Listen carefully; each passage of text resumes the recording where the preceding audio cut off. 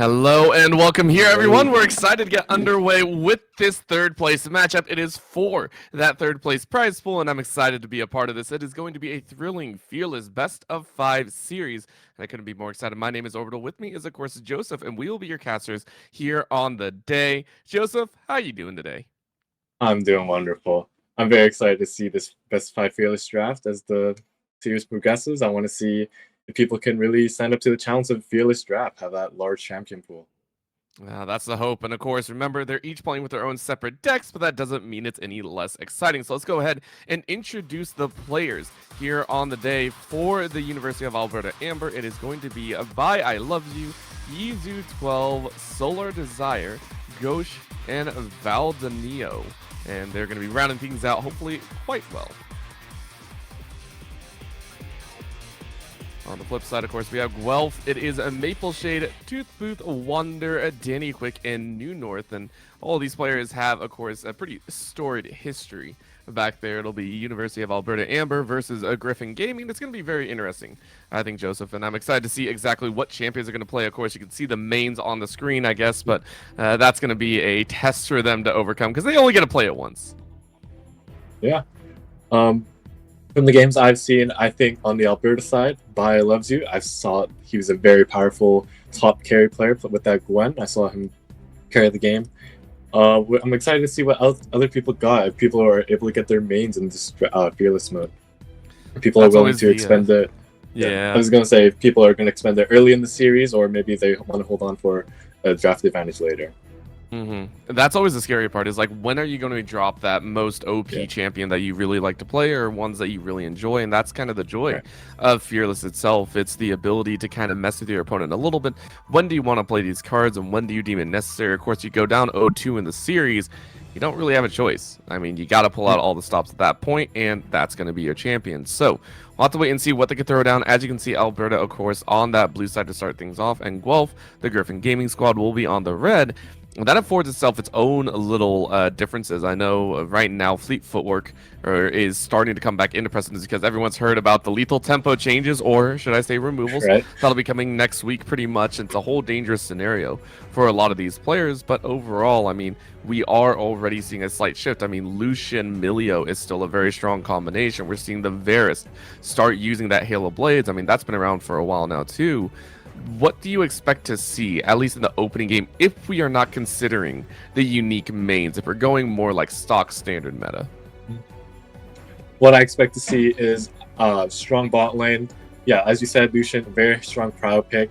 The amount of pressure it gives you in the mid game is immense. I expect, strong bot lane early. You really want to play around the bot lane and dragons. A lot of people say grubs are like objective to focus on. Personally, I disagree. I think Dragon Cycling is just a much stronger, a much easier win con to play through. And yeah, most souls are good. A lot of people also say people don't like Chem Soul or Ocean Soul. I mean, a soul's a soul, right? It's a powerful buff to your entire team. Like, you want that. I can expect that to be played for, and we'll see if the champions actually revolve around that. I know, of course, the main way that Riot has actively tried to shift focus more into the grubs after it really fell off after the first couple weeks. Everyone played for it, and then afterwards, like, it's kind of more of a bait. You go ahead and take a lot of power off of it in terms of, or I guess you give more agency to it is the best way to put it. Now it's off-centered from the first dragon as well, and now you only need 4 before it actually starts stacking up. So it's a little bit more checking between the two. So that's going to be really fun to see. On the blue side, though, Alberta, I want to get some thoughts in there. Are there any power picks that you'd really like to see either go into their hands if left open, or do you think there are any champions specifically that need to be banned away, just too powerful here in the current meta?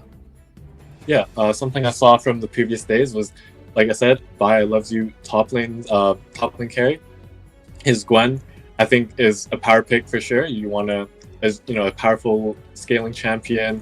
You can play for lane, try to get the early grubs. Or other top lane carries right now are like Aatrox, also in MSI. We see a lot of Urgot picks into Cassante, or just Urgot blind. Also, Cassante itself is a very powerful pick. We saw yesterday in last night's MSI series that went 5-0. It won every single game it was played. So yeah, definitely some strong picks available for Alberta here as we get into bans. Oh, and I like it already, getting that Draven ban out there against Danny Quick. That was one of the games that they won in their semifinals matchup. Danny Quick did play that Draven to very large extent. Now, keep in mind, the bans coming out here are temporary, meaning if they are banned away, it is not fully banned into games 2 through 5. It is just banned here. It will be slotted back into the cards that you can play with. The Aatrox also taken off the table right now, so Alberta not going to be rocking that top lane.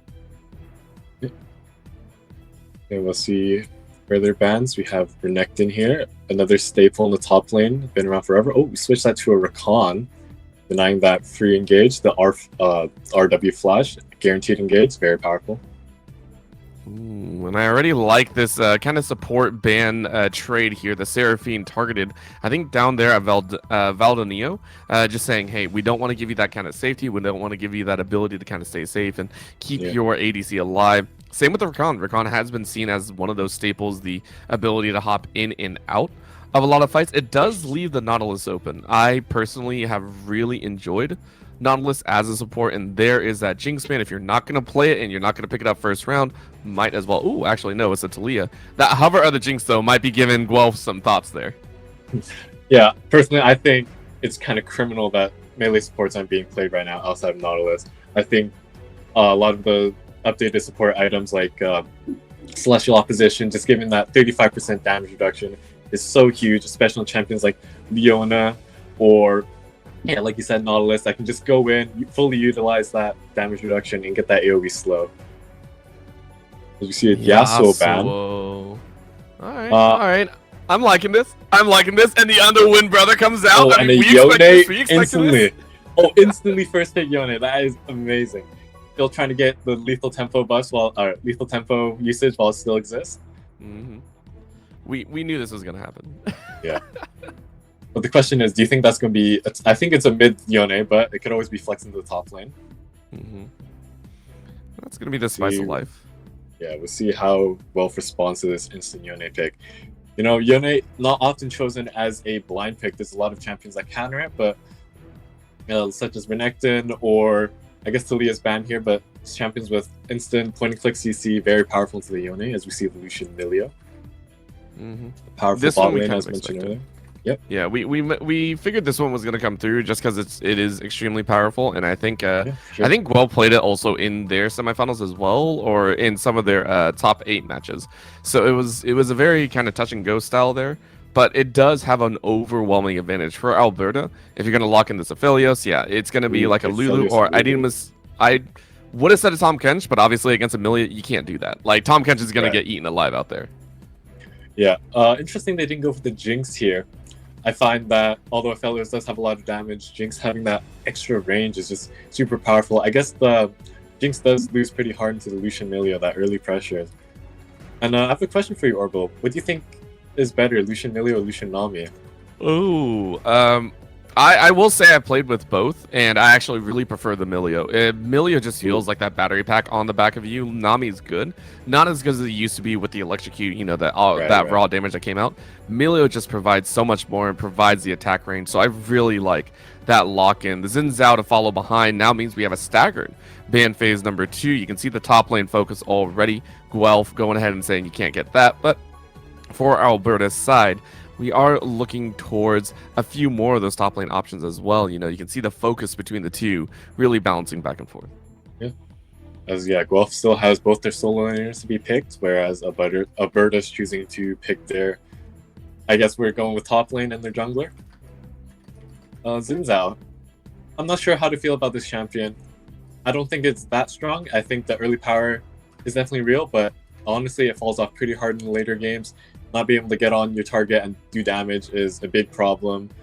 BR is like, I don't know. I'm just gonna say it's kind of outdated. Like, you have Gwen W, has Xin Zhao R. Like, I think Xin Zhao can be like a good champion, but I just think there's better picks like Vi, who can scale into the late game, who are still able to get picks. Ooh, all right, you mentioned it, Joseph. You're like, hey, when do we pull out those pocket picks? And if there is a time to do so, I think it's right now. Honestly, you can see Alberta even already falling back on kind of that safety measure. Malphite does not win this lane matchup. Like, at any point in time, I think Bled wins it like 9 times out of 10. 100% agree. But the scaling, you have 380 champs on the side of Guelph, like the Oh! power of that Malphite. Oh, he's going for the Mordekaiser, recently buffed, where you cannot QSS out of his ult. It'll be locked in. I mean, Mordekaiser is also super tanky. You can opt to build like armor on him. You don't need a lot of AP. Just the Leandries or Aralai should be enough to get through. Let's see what their Alberta's last pick is. Rammus! Oh, wow. Yeah, instead of going for the Malphite full armor, they decide for the jungle Rammus into the Lucian, Xin Zhao, and the Kled. What do you think about this?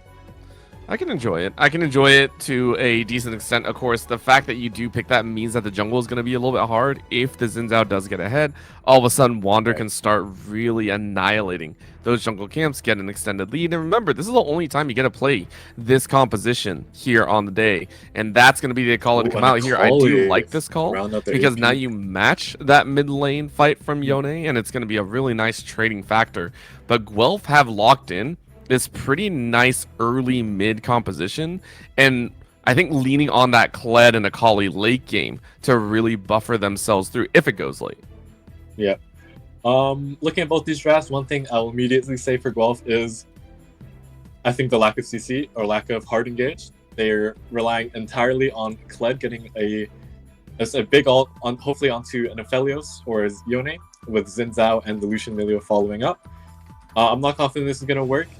Like most comps, you need CC, especially for Yone and Aphelios. Also, I find it very difficult for anyone on Guelph's side to get through that Rammus. Akali's not really known as a tank shredder. Same with Mordekaiser, as I said, could be extremely tanky, and it can just take out anyone from the fight. That's why you're kind of sitting there going, okay, I really, really hope you know how to win early. You really, really hope that you know how to take care of these things, because if not, then you're in a spot of trouble. And that, for me, is going to be a big tell. So honestly, Joseph, if you had to lean on one side or another, I got to ask, which comp are you really enjoying more? Because I know you mentioned no hard CC, and it feels bad, but I mean, yeah, it just has to be Alberta. It has to. It has to be Alberta. Guelph is essentially hoping they hand stiff you in every single lane, trying to get that early lead and snowball it from there.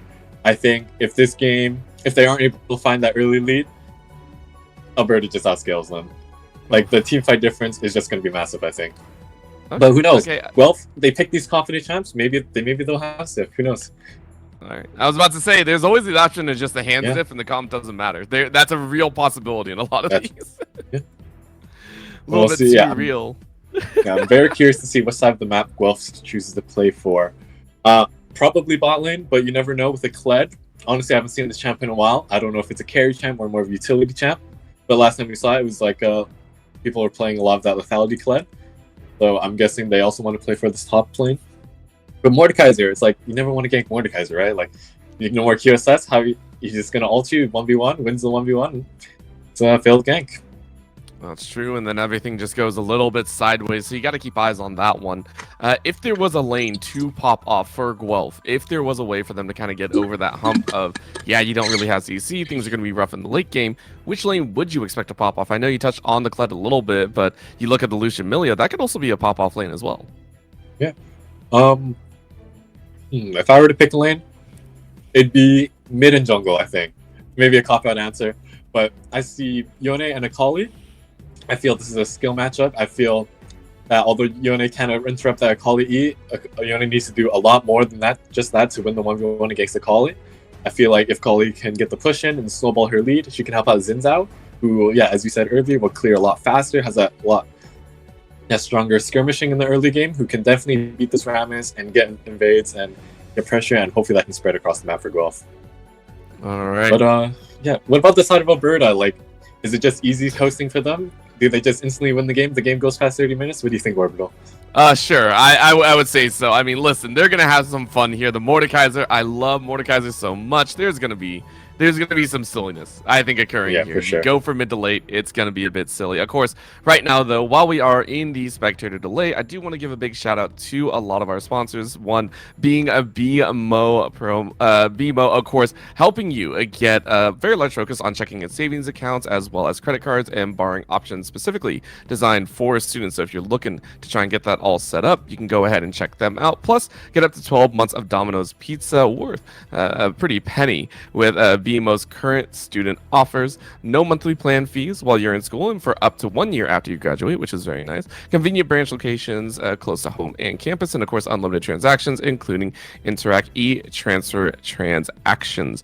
Make sure to go ahead and check them out. Not only that, we are running a little bit of a giveaway. There is a giveaway going on right now on the main channel for the Canadian Intercollegiate exhibition right now. Make sure to go check them out. All you have to do is go to the mainstream, which is, I believe, Canadian Intercollegiate EX, and you go ahead and type in giveaway open, exclamation point, giveaway open, and you go ahead and enter in to win one of 8, I believe, or 2. I'm reading this correctly. I am reading this correctly. Haha. Yeah. It is going to be one of many gift cards out there. I believe we have a $50 one, $25, and $20, which is very, very amazing out there and awesome to go ahead and try and collect. Remember, I believe we'll be sending those at the close to the end of the series, so make sure to stick around for all of those. And then, of course, finally, a big shout out to TELUS. Of course, TELUS Arena is the best place for Canadian gamers to play, improve their skills through free coaching from the pros, or to compete to win thousands of dollars in prizes. Whether you're a casual gamer looking to learn or a pro gamer looking to win, there is a place for you at TELUS Arena. With monthly events across a variety of games, there is always something going on, so make sure to join the TELUS Arena Discord to stay updated on all of their activities. That is, of course, a very big shout out to all of them for making this happen, because it's a lot of fun here on the day. We've had an amazing, I believe, 4 days so far, and there's more to come as well, and I'm excited to see. So what we have here finally is the fact that, Joseph, you have leaned on Alberta to go ahead and take this game number 1. I will go ahead and lean on a Guelph for game number 1, and we'll see how it goes. I'm excited to see at the same time, where do you think first blood is going to come from? That is another fun question I love to pose. As much as I think Alberta's going to win, Guelph does have that early game advantage. The Zinzao and the Lucian Milio playmaking in the early stages will definitely lead to a first blood, I think. If they're successful, they can even pull off an early dive. That's something very common with Lucian or Lucian Omni, Lucian Milio lanes, where they stack the waves and then call for a level 4, level 3 gank. But honestly, I don't think that first blood is going to really make the difference. They really have to play well, snowball that lead, see if they can start stacking dragons so they have some presence in the late game. And yeah. And just a reminder, a reminder for that giveaway. It's in the mainstream only, guys. If I see anything in our stream, I'm not getting nothing. And also, you got to go over there. You got to go over there. Not only the mainstream. Yep. Yeah, I was gonna say hashtag CIE 2024. That's what you gotta type. Hashtag CIE 2024 if you want these gift cards. Yes. Yeah. So many little parts to it, of course, but you do want to get your hand on there. I mean, I would love to try and get that as well, but we are going to be here. I mean, over there is the finals, I believe, going on as well. That one's also a best of 5, which, I mean, have both of them up, see both of these amazing matches, and I think it's going to be a very nice test for these teams. Taking a look, I mean, the champions are very fun. Now, I think I have gotten word as well. We do actually have a little bit of a player swap situation. So you and I had been talking about this before with the production, and it was the fact that Gryphon Gaming, I believe, were the ones that actually like to rotate their jungle and mid around Wander and Tooth Booth, depending on where the situation occurs. They actually do like to swap up their champions. So as we get in the game, I want to ask you about that, because how does that impact some of these teams having a constant swap of who's your mid, who's your jungle? Is that pretty standard, or is that a little bit different? As you can see, Tooth Booth not in the mid lane, or actually is in the mid lane, but Wander in that jungle side. That's something I find very peculiar.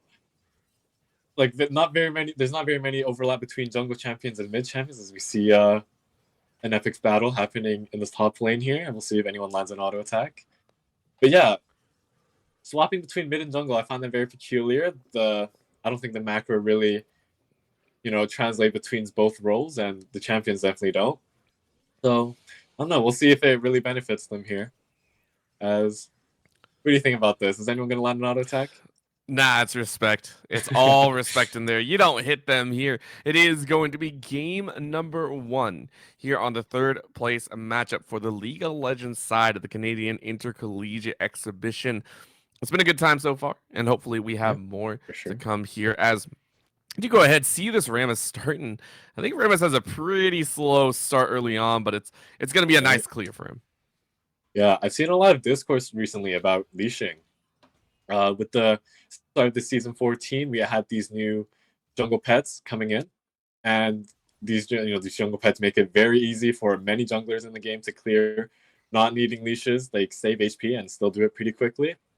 And a lot of people are arguing that leashes are a detriment for your lane. That you might be able not be able to reach the minions first can really impact your lane, especially against Lucian Milio. We'll see that neither team wanted to leash. And are we stacking the wave here? No, it looks like we're going for a fast push level 2, getting some damage in. I Ooh, think that's big what you have chunk. to do. Yep. You're gonna always do that as a Lucian Milio. Like this is one of the reasons why I was talking about this. The Lucian Milio is now the Lucian Nami of old. It's just very overwhelming, especially if you hit level 2 first. It's a nice little grab. Of course, Valdanio is not really worried about that. You're Lulu. You're not meant to step up, so you should actually be okay. On the top side, though, we're getting a Ooh, little bit lower here. It's fight to going the down to the death. wire, Oh, and you forget about the shield.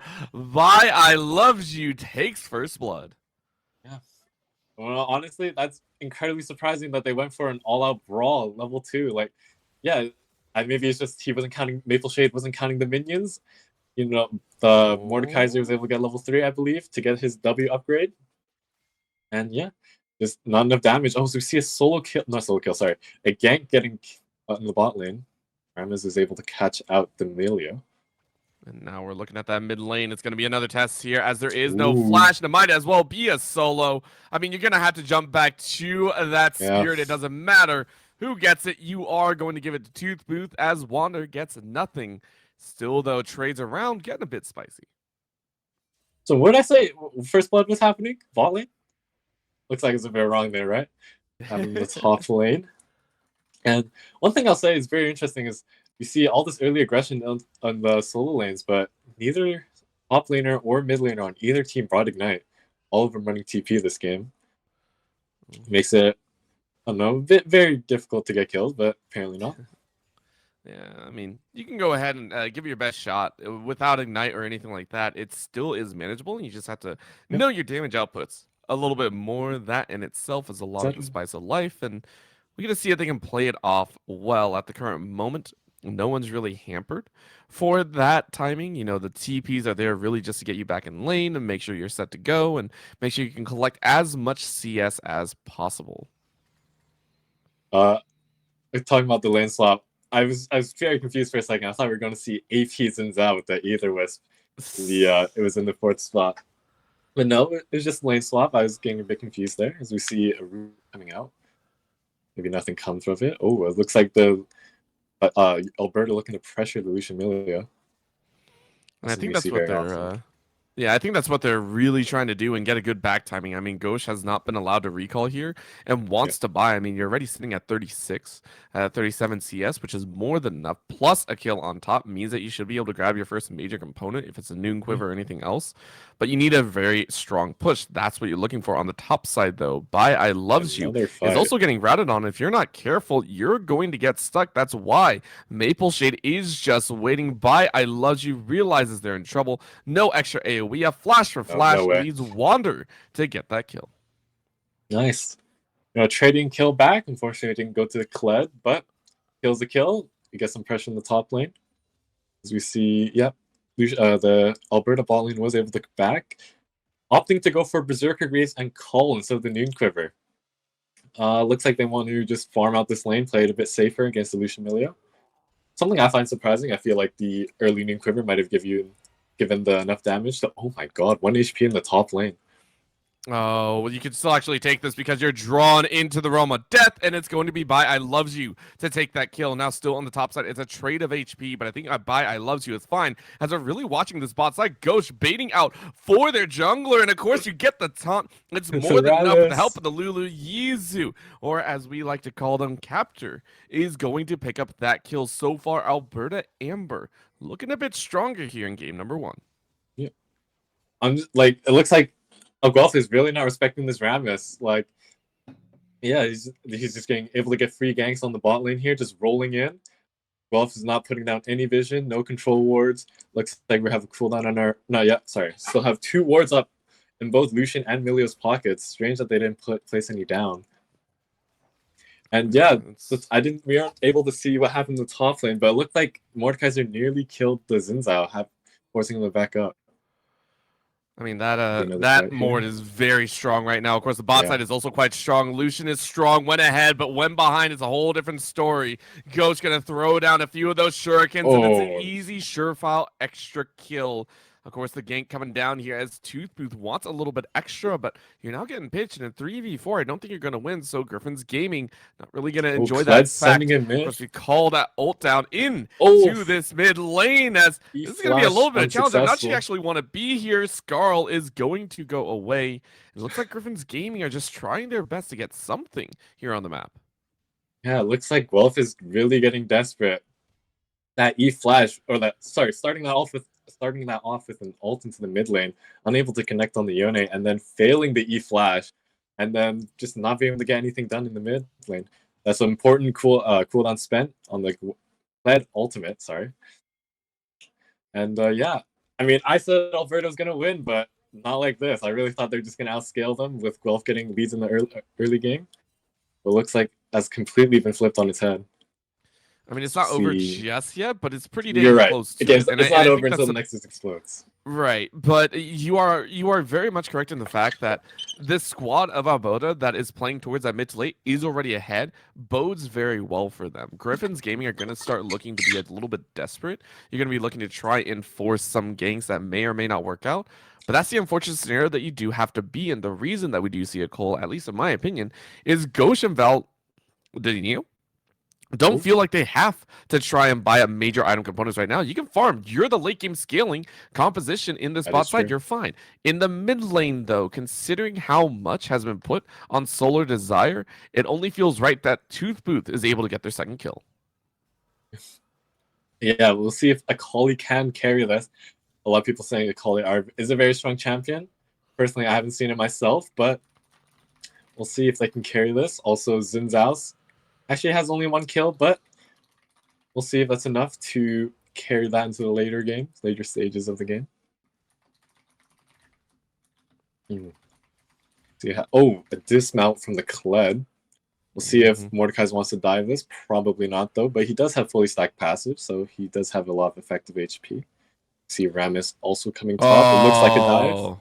Yeah, now they can dive. Now this is going to be a nice one. Of course, with the tower actually being taken, it's a whole different story. They're going to go ahead and slam it down, and it's an easy kill to be had. One more auto attack will take it as you go in the realm of death, and now you get the extra ability power and all that jazz. Toothbooth going into that cloak, and it's really going to do nothing but keep you safe. Feels a little bit bad. Bot side, we're seeing another gank come out here, but this time in favor of Gryphon's Gaming. Both Go and Valdonio are very low. Wild Growth kept up on the Lulu. I'm going to go ahead and get that root, and you are trying to save your support. It's not going to happen, though, as Goth watches as the dive does occur, and now you're going to dive forward. Moonlight Vigil is available. If you can turn it around, it's good. I mean, you don't really have the guns for it, but the damage could be more than enough. It's a 1-for-1 trade, though, across the board. First, I want to talk about that top dive. I loved how slowly Alberta played it. Just waiting for everyone to get in range. Ramis was able to get the knock-up into the pull from the Mordekaiser. And then Ramis was able to use the ult to get disengage the tower. Unfortunately, they were did not have quite enough damage to kill the Kled, forcing the Mordekaiser to expend his ultimate. And then we see in the bot lane, finally a successful gank coming out from Guelph, able to kill that Lulu, putting this Aphelios and Lulu not quite behind, but putting a lot of pressure on them as we see a gank. Oh, that's just clean. go ahead and use a Gravitum with the Moonlight Vigil. Easy throwdown on one. And Danny Quick, for all the help that they have attempted to have, it's really fired back in their face. They are 0-3-1. Mid lane by Loves You is having a very strong read of what they want to play. And Alberta Amber looking to close this one out neatly. Yes, the kills is only a lead by 3, but the gold speaks a different story. 2.5 in their own favor. Actually, I think that's close. Yeah, 2.5 or so. Yeah. So now I just gotta ask: is Zinzao and Akali, are they carrying this? Because I feel like Kled and Lucian are not going to be present in this game at all. Yeah, that's the unfortunate part, right? It's just like, I mean, you could be if you got ahead, but this is one of those moments where, I mean, you got to pray for a miracle. Yes, of course. I think Tooth can do some work, but you need a little bit more. 2 kills is not enough to start snowballing. Yeah. At the current moment, that's going to be mid lane fought over. Another flash in. Ooh, That's going to be a dive. Babaya Loves You, drawing him out, gets the shield up just in time, and Wander's getting eaten alive inside the realm of death. What a call down. The bait is so real.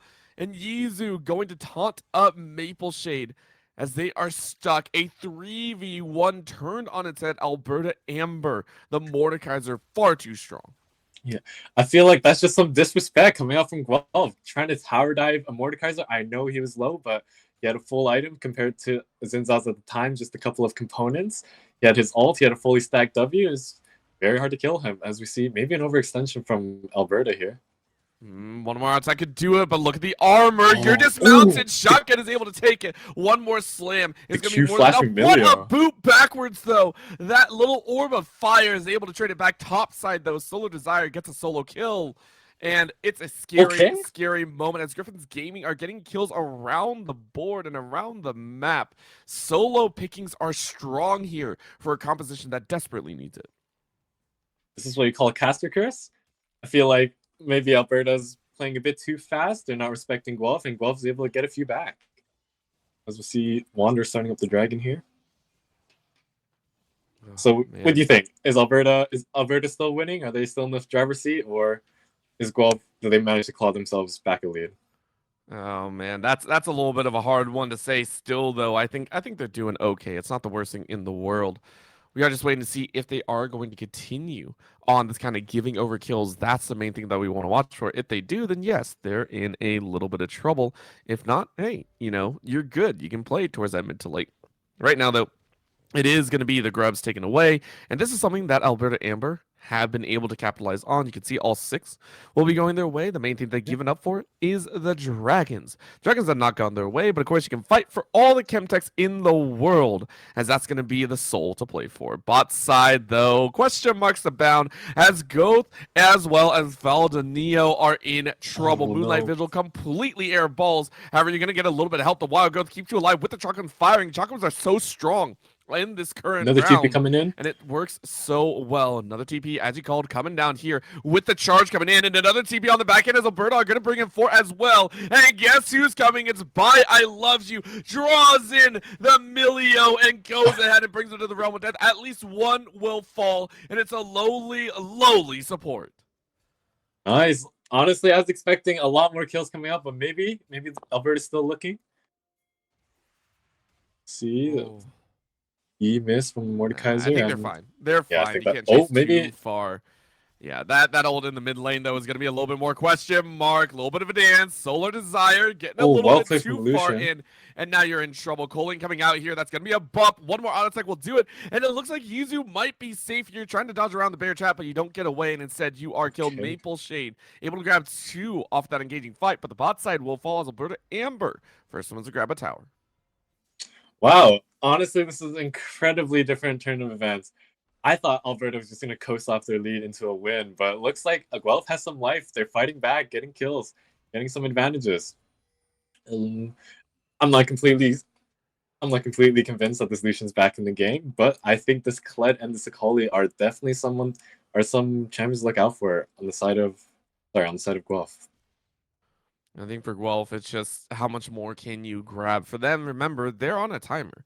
Keeping this at about a 2K difference is nice, but you need a little bit more. A composition that needs to draw the opponent away and around. you're going to hope to get these kind of solo kills and continue to start to steamroll these 1v1 advantages. You can see here, Bear Trap going down. Babai loves you. Going to get chased on here. Already has that Leandres. Yes, Keep that in mind. Has Leandres, has a large chunking portion. Doesn't really have that Realm of Death, meaning this 4v1 situation will garner a kill for them. Maple Shade is now on a rampage 4, 3, and 2 lethality. Yeah, if I'm Mordekaiser there, I'm spamming that mid turret and that bot turret. There are 4 Gryphon members in the top lane. Hopefully, Alberta can get something off in the back and getting that Lucian with the Rammus Soaring Skies. As we see, Zinzal might look for engage. Yeah. I mean, they just want this tower, and now they can fight it back, but I don't think this is what Gryphons actually want. You're in a rough spot. Crescent Guard is going to keep you alive, but only for a little bit longer. Good flash away to stay alive, but flash out by New North as well. You lost a lot there for just trying to get an ADC's life, and honestly, Gryphons lose another tower, and they lose a lot of their summoner spells. In the mid lane, though, it's going to be a challenge back. Wildgrowth denying some of that fight. Toothboot is going to stay alive, though. Perfect execution. Utilize off the rip. Nice. Wow, this is honestly turning out to be a much bloodier game than I thought it'd be, especially given Alberta's lead in the early game. I will say though, I feel like this Aphelios really hasn't shown up yet. This Lucian, I feel, has been in every fight Guelph has taken, but not quite the Aphelios. Maybe I'm just not looking.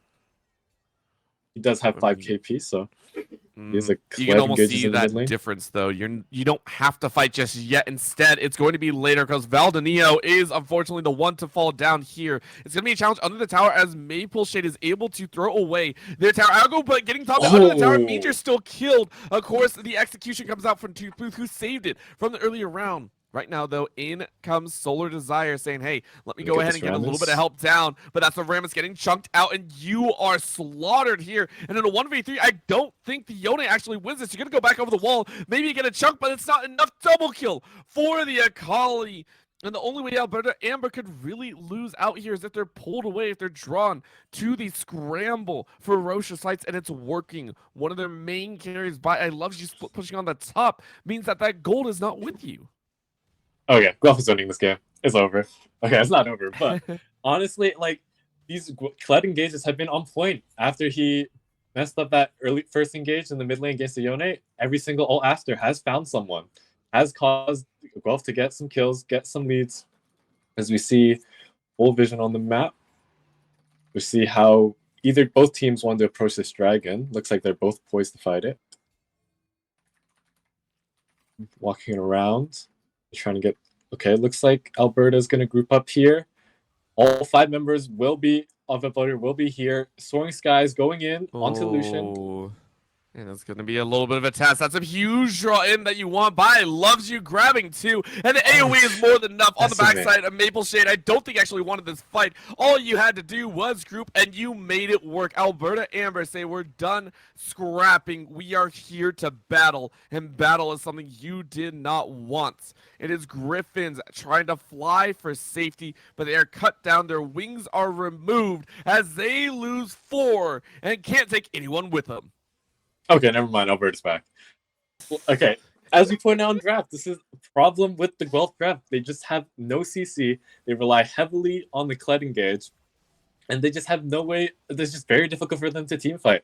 Their earlier success was finding picks where Alberta was not grouped, not fighting as 5. But as soon as this third dragon comes up, Alberta says, okay, all 5 of us on the same screen, let's go, let's fight, and they just win. Of course, there's more to be played for, but that was the sure sign, and I mean, we both pointed it out at the beginning, the CC difference. I mean, CC wins games at the end of the day. Yeah, it's such a big part of it. And so them deciding not to, Gryphons Gaming basically saying we are going to scrap. We can see it though. Keep in mind, Toothbooth is still 5-1, can execute a low HP member, and Solar Desire did not go for that. I think it's like Kraken Slayer build. Yes, it would be squishier, but the damage output with this pork is not amazing unless you find a squishy like that. This is the other side of it though. Take a look at how easily you chunk through this Yone. However, you get a lot of help with the teammates, and the taunt draws you right back in. And a solo 1v1, yeah, Solar is easy to kill. However, when you got a Lulu and a Rammus, you're pretty dang safe. Wow, Solar Desire first getting that solo kill onto Danny Quick. and then able to stall out the fight long enough for his team to come help him against the Xin Zhao. Looks like that's an instant Baron start with that pick onto the jungler and ADC. Ooh. They looks like they will back off here, respecting the Kled ult. Baya loves you TPing in from behind. Oh no. It looks like the sandwich might be too much for Guelph to handle. They're gonna try their best here, and for Guelph, I mean, they're fighting with the best one. They really just want to stop the Baron, I think, is what they wanted to do. Toothbooth goes ahead and executes their way to safety, but it is gonna be Maple Shade. And is stuck in a dire strait. You are rooted, you are taunted, you are killed. Gauche, currently 5-1-7. We see in the top lane here, I think Milio's is in Realm of Death, Mordekaiser's ult. Looks like Alberta will not start the Baron again, but does get 2 more kills. See if they can push out any lanes here. And yeah, I don't know. I feel like that was it was a desperation attempt from Guelph. Didn't quite pan out as they wanted to. They did stop the Baron, however, and this stalls out the game for a few more minutes until Alberta feel ready and reset to go fight the Baron again. I mean, I think this is just a little bit of test here and there. You can see Gryphon still trying to fight for their pieces, but that gold lead is slowly stepping out of their grasp. About 5K is the difference right now, and Gauche has a majority share of it, 1-7-3 on the Lucian. We know the Lucian Milio is a strong combination, but if you're put behind, it's a problem to be feared. You don't really catch up anytime soon. So Alberta Amber are playing very well. But how do you close this out? Do you wait for the dragons, or do you look at the Baron, or do you look for kills? There are so many different options you can go with. All of them pretty viable, except, you know, the wait and scale up. I personally think you need Baron to end games. The amount of wave clear. Oh, as we see a solo kill in the bot lane. Solar Desire just not respecting Maple Shade's damage. You know, I had we were talking earlier about Yone counters. The Yone blind pick was, oh, he can get countered by Renekton or Lissandra or other CC champs. One of those champions that used to be a counter to Yone Yasuo was Kled. We see him getting a kill there in the bot lane. I mean, it's so good. We mentioned that they do have to fight as a squad, and really, I'm looking at Baya Loves You, the main one that is actually going full damage. Take a look at the build. We mentioned that you can go into a little bit of armor if you so wish, but full itemization for the AP route means you are squishy as heck, but if you get the proactive move off, you will kill someone. That is just a straight up fact. Right now, we're seeing the top side Toothbooth, the one to get ganked on. Solar Desire TPing in to cut down that wave. And there's going to be the roll in. No taunt going to land. Toothbooth gets a little bit of help, uses the shuriken to stay away. But now there's going to be a jump in and a little bit of a difficulty as 3v4, and that's going to be a little bit of a problem. Rammus is actually stuck in Yizu, not staying alive long enough. You are just dead. All 5 are currently there, but that's going to be a very nice shuriken. The Moonfall is amazing. Moonlight Vigil gets so many shurikens. You can only do so much damage, though, as once again, Gryphons pick off their prey. It's a triple kill for Maple. And we mentioned the scramble that if Gryphons are allowed to have, Alberta Amber cannot put their fight together. Yeah, it looks like this Kled is actually doing a lot of heavy duty lifting as he gets 2 kills there in the back end, killing both their bot laners as we see an engage from the Kled. Oh, it doesn't matter. You tried your hardest, and that's going to be a flash forward. Yes, I Loved You was able to grab it, but it's still an ace. Delayed ace for Gryphons Gaming as they're immediately going to turn on the Baron. Wow, they both just flipped this game on its head. I thought at the start with Xin Zhao and Kali going in, I thought it was not looking good. I thought it was a desperation attempt that would not work, but it turns out they had the damage. Alberta was not fully grouped. They were unorganized, and Guelph is just able to steam through them. See a Rammus going for a steal. Do you get the smite? Are you looking for the smite? He's not dying. No, 100 HP is all the difference there. It still goes to Gryphon as they get it on 4. Not even close. Okay, as we see, looks like Alberta starting to set up for the dragon here, but Guelph is denying their fellow's entrance into the river.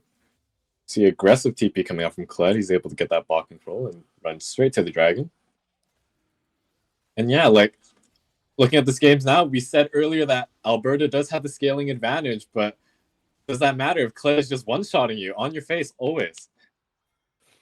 I think it's just a difficult thing to really sit there and be like, yeah, we're in trouble. You have to respect that Kled pick. That is now 11, Oh, 6, and he's 6 as diving the Scarl turret. is being called down once again. It's just a Wow. slaughter under the tower, almost solo, if you will. Now a fight in the rest of the jungle as New North has to run away. A final Oh, shot nice by pick that onto Q is going Milio. to land from the Aphelios, and all of a sudden the fight is turning on its head. The Rylai's is slowing everyone as Oh, Rammus goes big straight to the engage. back line, taunts him up. Toothbooth is gone. The earthquake, the tremors do so much work, and we said it. Every time Alberta Amber are allowed to kind of plant their feet and proactively make the move, they win. Right. Alberta, big fight coming through. When all seemed lost, honestly, I thought Sibel would steamroll through there, but 4 kills coming through. Alberta denying their Baron. Only one left is on the Xin Zhao. As I don't think they'll be able to end here, but they might be able to get that inhibitor turret. See if Xin Zhao wants to lay down his life to try to defend and clear the wave. Looks like he won't opt to, as Alberta's getting that inhib turret, looking for the inhibitor. Will they look for more? They get the taunt onto Xin Zhao, pull back. Oh, Guelph is back though. I know. They gave a great bunt, though, and Maple Shade is going to try and do their work. Remember how strong this can be. Bai loves you, trying to be that main force to work with. And you go into the Zanyas, you're going to be the sacrificial lamb. And honestly, you got a decent amount. There are no other objectives up. So Alberta Amber are just like, yeah, that's honestly not a bad situation to be in. Yep. They managed to get the inhib turret, got the inhibitor, and now they have super minions pushing down the mid lane. However, I feel like they did overstay. I thought it seemed like they thought they could end, looking for the engage onto Xin Zhao and the Milio.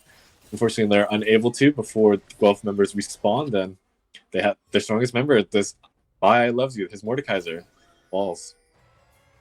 As we see an engage from the Yone.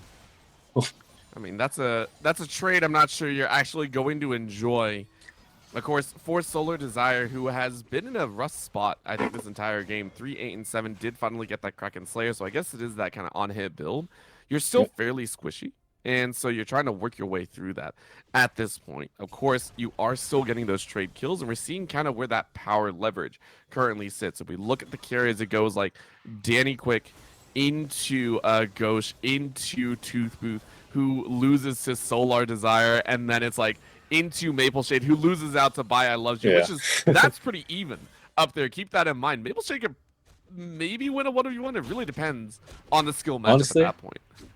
At this point, yeah, I think Kled probably wins. Looks like Mordekaiser is finally starting to spec into some armor, probably around Wind's Omen. But yeah, like they left this Kled go unchecked. He's able to get great engages. The Thaldi Kled just straight one-shotting any Yone, any Aphelios on his screen. Makes it very difficult for Alberta to play, with their carries just not being able to live in these fights. See pressure in the mid lane. Well, let's see what else he can do here, because right now it is stalling out a little bit. Gold has kind of evened out. Griffins have honestly played an amazing game to get back into this. And we know in about a minute and a half, we're going to see that dragon come up. And it's sole point. You have to play for that Alberta Amber. Do not want to give that one away. And they also don't want to try and 50-50 it. You want to get there early. You want to plant those wards down if you can. And if you do, maybe get a jump on the Griffins. But I have a feeling, even though Baron's pretty much right after that, I don't think Alberta can really sit off on the side and be like, yeah, I can do whatever I want to. Yes, we see just some posturing in the mid lane. I don't think anything real will come of this. Actually, Ram is looking for a flank. They might be able to catch up this Lucian. But that's a huge blast cone. And now they're actually caught in a bad spot. Griffins are going to collapse, and that's going to be a jump back. Look at the TP coming in here. Alberta Amber going to try and fight their way to survival. Moonlight Vigil misses. That's a huge point of damage with Solar Desire coming in from the backside. Low damage output from the side of Griffins gaming, as that is going to be Bai Loves You getting the damage down. Huge jump in, though, as the Fate Seal does little to dissuade, but the rest of the team is able to make it work. Execution in the backside, though, as Toothbooth executes 2 off a whim. It's a trade of through 4-3, I believe, or 2-for-2 actually. 2-for-2. The boards. Crazy things, but inside track to Alberta Amber. Yeah. Because they got that inhibitor early, even though that it's an even trade, they're able to push down the mid lane. Looks like Guelph will be able to reset in time as Drag comes up. We'll see if they take a fight in the mid in their base. I really don't think Alberta should take a fight here. They should just reset, or just back up, go for Dragon, take the guaranteed play. If you die here, Baron's coming up soon. Like, you cannot lose that. I think they're gonna set themselves up. I mean, you can see a couple of those Scryer's Blooms currently being hit. Call of Scarl coming down here, charging into battle, and you have to be a little bit worried. No one really gets tagged though, so that is the safety mechanism. And you all get away from that scanner. I think Solar Desire was the only one hit, but the rest of the team is now on the field. TP coming in by I Love You, trying to get into the mix here. And this is going to get messy. Tooth Booth running for their life, but Dragon currently aggro. It looks like Guelph is actually going to give this. Their Lucian is not coming to help with this Dragon. It looks like Guelph is just playing for some big kills. Oh, big steal! The smite steal! That is so mean. Wander steals it away, and that is soul to the side of Gryphons. It doesn't matter that you're behind gold or anything of the nature. You got soul. It doesn't even matter that Tooth Booth dies. You have got that soul, and now you can play safe. You can go ahead and hang on for your dear life, and you'll have that permanent buff through the rest of this game. I just thought Guelph was going to give him it. The Lucian was not posturing, moving down, but Zin's out, walking up, gets the big steal, able to get out. Unfortunately, they did have to lose their mid laner for it. Let's see if Alberta is able to capitalize on that. Well, they're going to jump in, and right now Solar Desire tries to get some damage out, but realizes they don't do enough. Of course, it's 5v4 here for another 20 seconds. That's going to be the test here if they can. Alberta Amber, those wisely look to get double inhibitors. Call of Scarl coming down here, charge, ready to fight, and it's going to be easier to hide inside the center, but a huge wild growth keeps everyone alive. In goes a little bit of cleansing, but look at the low HP bars. Alberta Amber are melting on the wayside. Gryphons Gaming are winning out these fights in immaculate fashion here. It is going to be Alberta Amber that has to run away. They have to play safe, and honestly, Gryphons Gaming, I think, are going to go for this Baron as well. Yeah. Yeah, the Lulu's low, the Rammus is low. Alberta has to reset. They have to reset. They cannot contest this Baron, or if they do, they will die trying. You see, looks like Danny Quick looking for a bit more. By Levzu's unable to get on top of him with the Blast Cone. We see the vision being cleared out with that enhanced Scuttle Crab, part of the new Season 14 update. And yeah, looks like Guelph is just going to start the Baron. I think they're going to be more than happy about that one. Yizu is nowhere close. And that's why I loves you once again in a 1v2. You don't want to be there. Alberta Amber, as soon as you fall to the wayside, as soon as you fall for these sectioned off fights, you are in trouble. Take a look at this on the far side. Tooth Booth going, yo, you might be armor heavy, but you're not MR heavy. You are going to die. And it is going to be the top in jungle dead for Alberta Amber as they desperately try to save their base. Chakran's flying hard, but the Crescent Guard keeps you alive. And now it's 5 jumping in to this tower's side. That's going to be a dive underneath the tower as well. While base race. Alive. But guess what? You are trying to hold on. What a healing, though. 200 years is more than alive. Yes, you lost the tower, but look at the TP into the base. Solar Desire is like, yo, maybe I can get this kill. Flash to follow, as that's going to be a catch. Danny Quick does not fall. And they live. Danny Quick is surviving. Polymorph on the top side of this river as Alberta Amber trying to get kills of their own. The Ghost trying to kite away, but you can't kite enough. You don't have enough healing, and you are dead. Gryphons Gaming are fighting back like their life depends on it here in game 1 of this series. This game is just so back and forth. The 1-9, the previously 1-9 Lucian was able to get that kill into Yone, causing Alberta not to be able to get the end. To be fair, this Yone is not having quite that great of a game either, but it's just amazing stuff coming out from Guelph as we see almost a kill onto the Skull. This guy's going in. Man, I mean, you're trying. You're so desperate, but look how quickly Yuzu just pops. There is no MR in the bucket. You are just now building it, and it's really all on Bai. I loves you, but even though you're able to get that first kill, look what happens to the rest of your team. Down goes the Lulu. Down goes the Mordekaiser. Nice Bai, kill. I loves you, was able to take one more, but it's only a support. The carries are more than strong. Yes, Wander goes down, but it's a Maple Shade and Danny Quick, and we know what Maple can do. Yeah, looks like another trade of kills here coming out for both teams. We see try to hold this powered up Baron wave. Another engage. This time he gets the kill onto the Lucian. Well played, well played for Solar. It's getting a little bit messy here. We are starting to see the glimpses of what all these champions can do, and it's starting to come down to who pulls the engage first, who gets that dub. I mean, we're going to have Elder to play for soon, and the Execute is going to do so much work for either side, and that scares me to no end. Honestly, Joseph, do you see someone really coming out with the major league? Because, I mean, Griffins have the soul. It doesn't feel like they do, though. It still feels dead even. You know, we were saying earlier that soul to soul, but maybe that's not the case. Chemtech does only give that damage bonus when you're below 50% HP, which thematically doesn't really benefit much of these champions other than, I'd say, Kled. As you see, Elder's coming up in a minute. Alberta already has the position. And one thing I will say, though, is I feel like Alberta is just not respecting Guelph. I feel like they forgot that their win con is just grouping S5, taking any fight because they just have so much better engaged. They have more CC options. They have more ways to play. Whereas Guelph, they just have to run at you, and hopefully they out damage you or out skill you. You see the wards going down here, as this is a game of chicken right now. Do you see the scary people? Do you see the danger that lurks?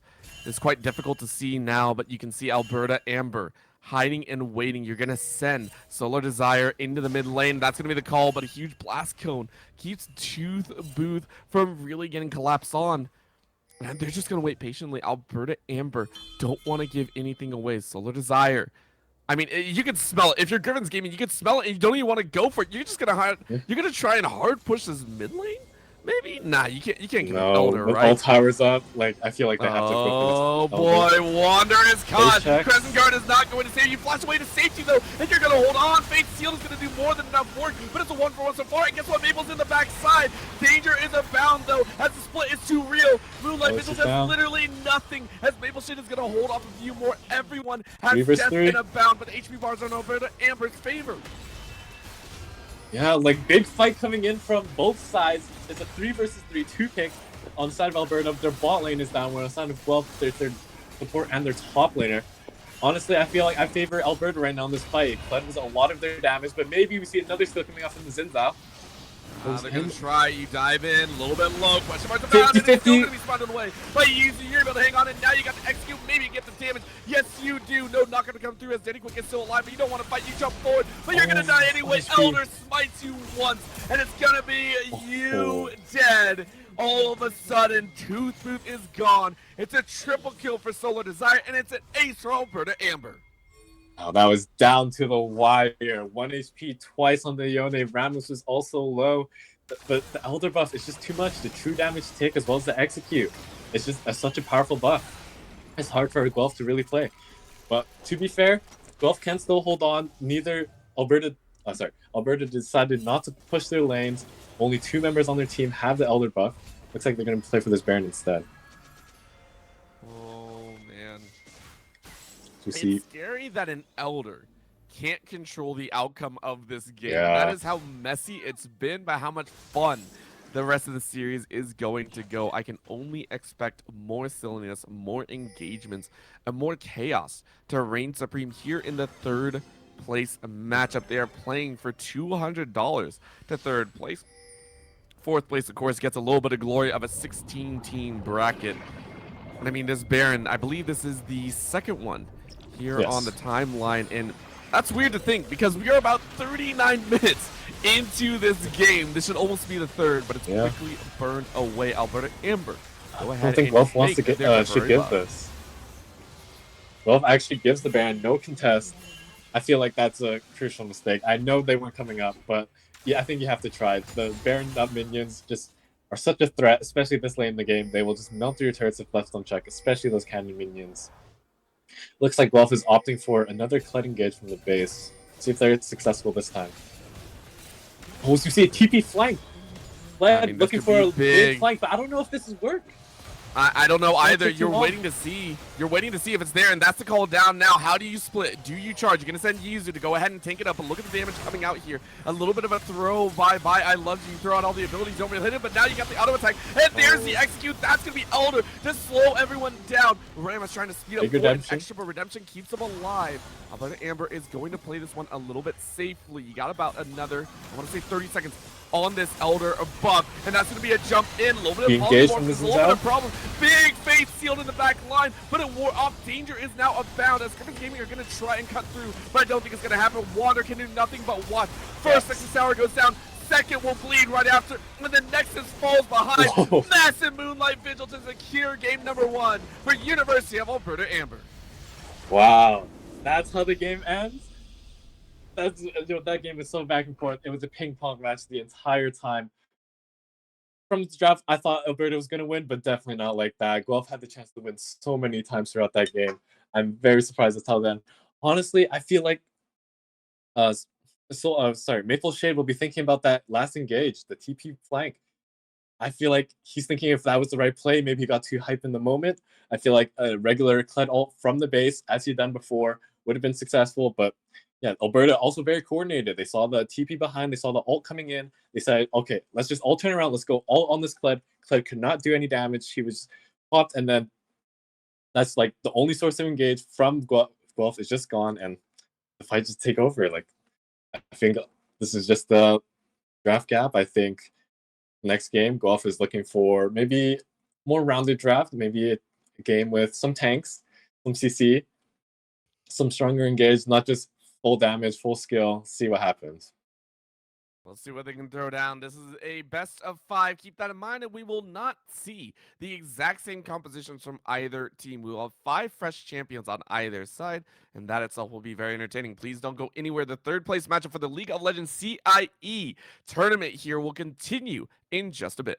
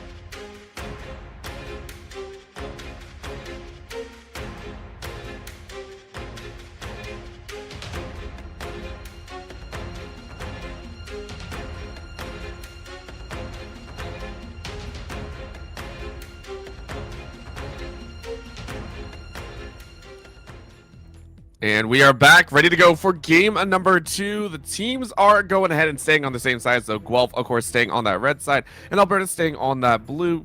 Big thing is it felt pretty dang close, I would say. Whenever Guelph was allowed to kind of play that skirmish style, they would win. Alberta on the other side, though, had some questions of their own, and surprisingly enough, banning out the Yone on their own side, which, you know, is understandable. In the mid lane, it was a little bit more hampered, I would say, as Solar Desire did not have an amazing time. Still, though, to trade out that ban and to leave that Draven off the table as well, Guelph are going to have to go for something a bit different. Yeah. Just for as a heads up for anyone who doesn't know, we're doing fearless draft, meaning that neither team can pick the champions they played last game, but the team on the other side can. That's why we see the Yone bans coming out. You'll see a Seraphine ban. Looks like we have a lot of respect bans here. These are champions that Alberta seem to be very comfortable on, that Alberta and Guelph seem to be comfortable on, that both teams have recognized that should be priority bans. See a Yasuo ban as well. Now, last game they first picked their Yone. Unfortunately, it was not very useful. It got shut down pretty hard, and this time we'll see a Volibear. I believe recently Volibear has received Nurse to the jungle, but it still can be played there. It also can be the top Volibear. There was a build going around a few months ago. It was the full HP, full healing Volibear, just like drain tank. Let's see if we'll see which build they opt for. Switch over to the Guelph pick.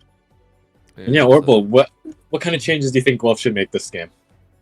I already like it. They're going for a little bit more scaling, have the Jinx in there. We mentioned it before, but of course you can't go the Lucian, so it makes sense. On the other side, Alberta might decide to go ahead and go that early game hyper aggressive. I think big shout out to Gauche and Valdenio. They did very, very well in their own right. Of course, the mid to late was a little bit messy, but I think you can pull it off.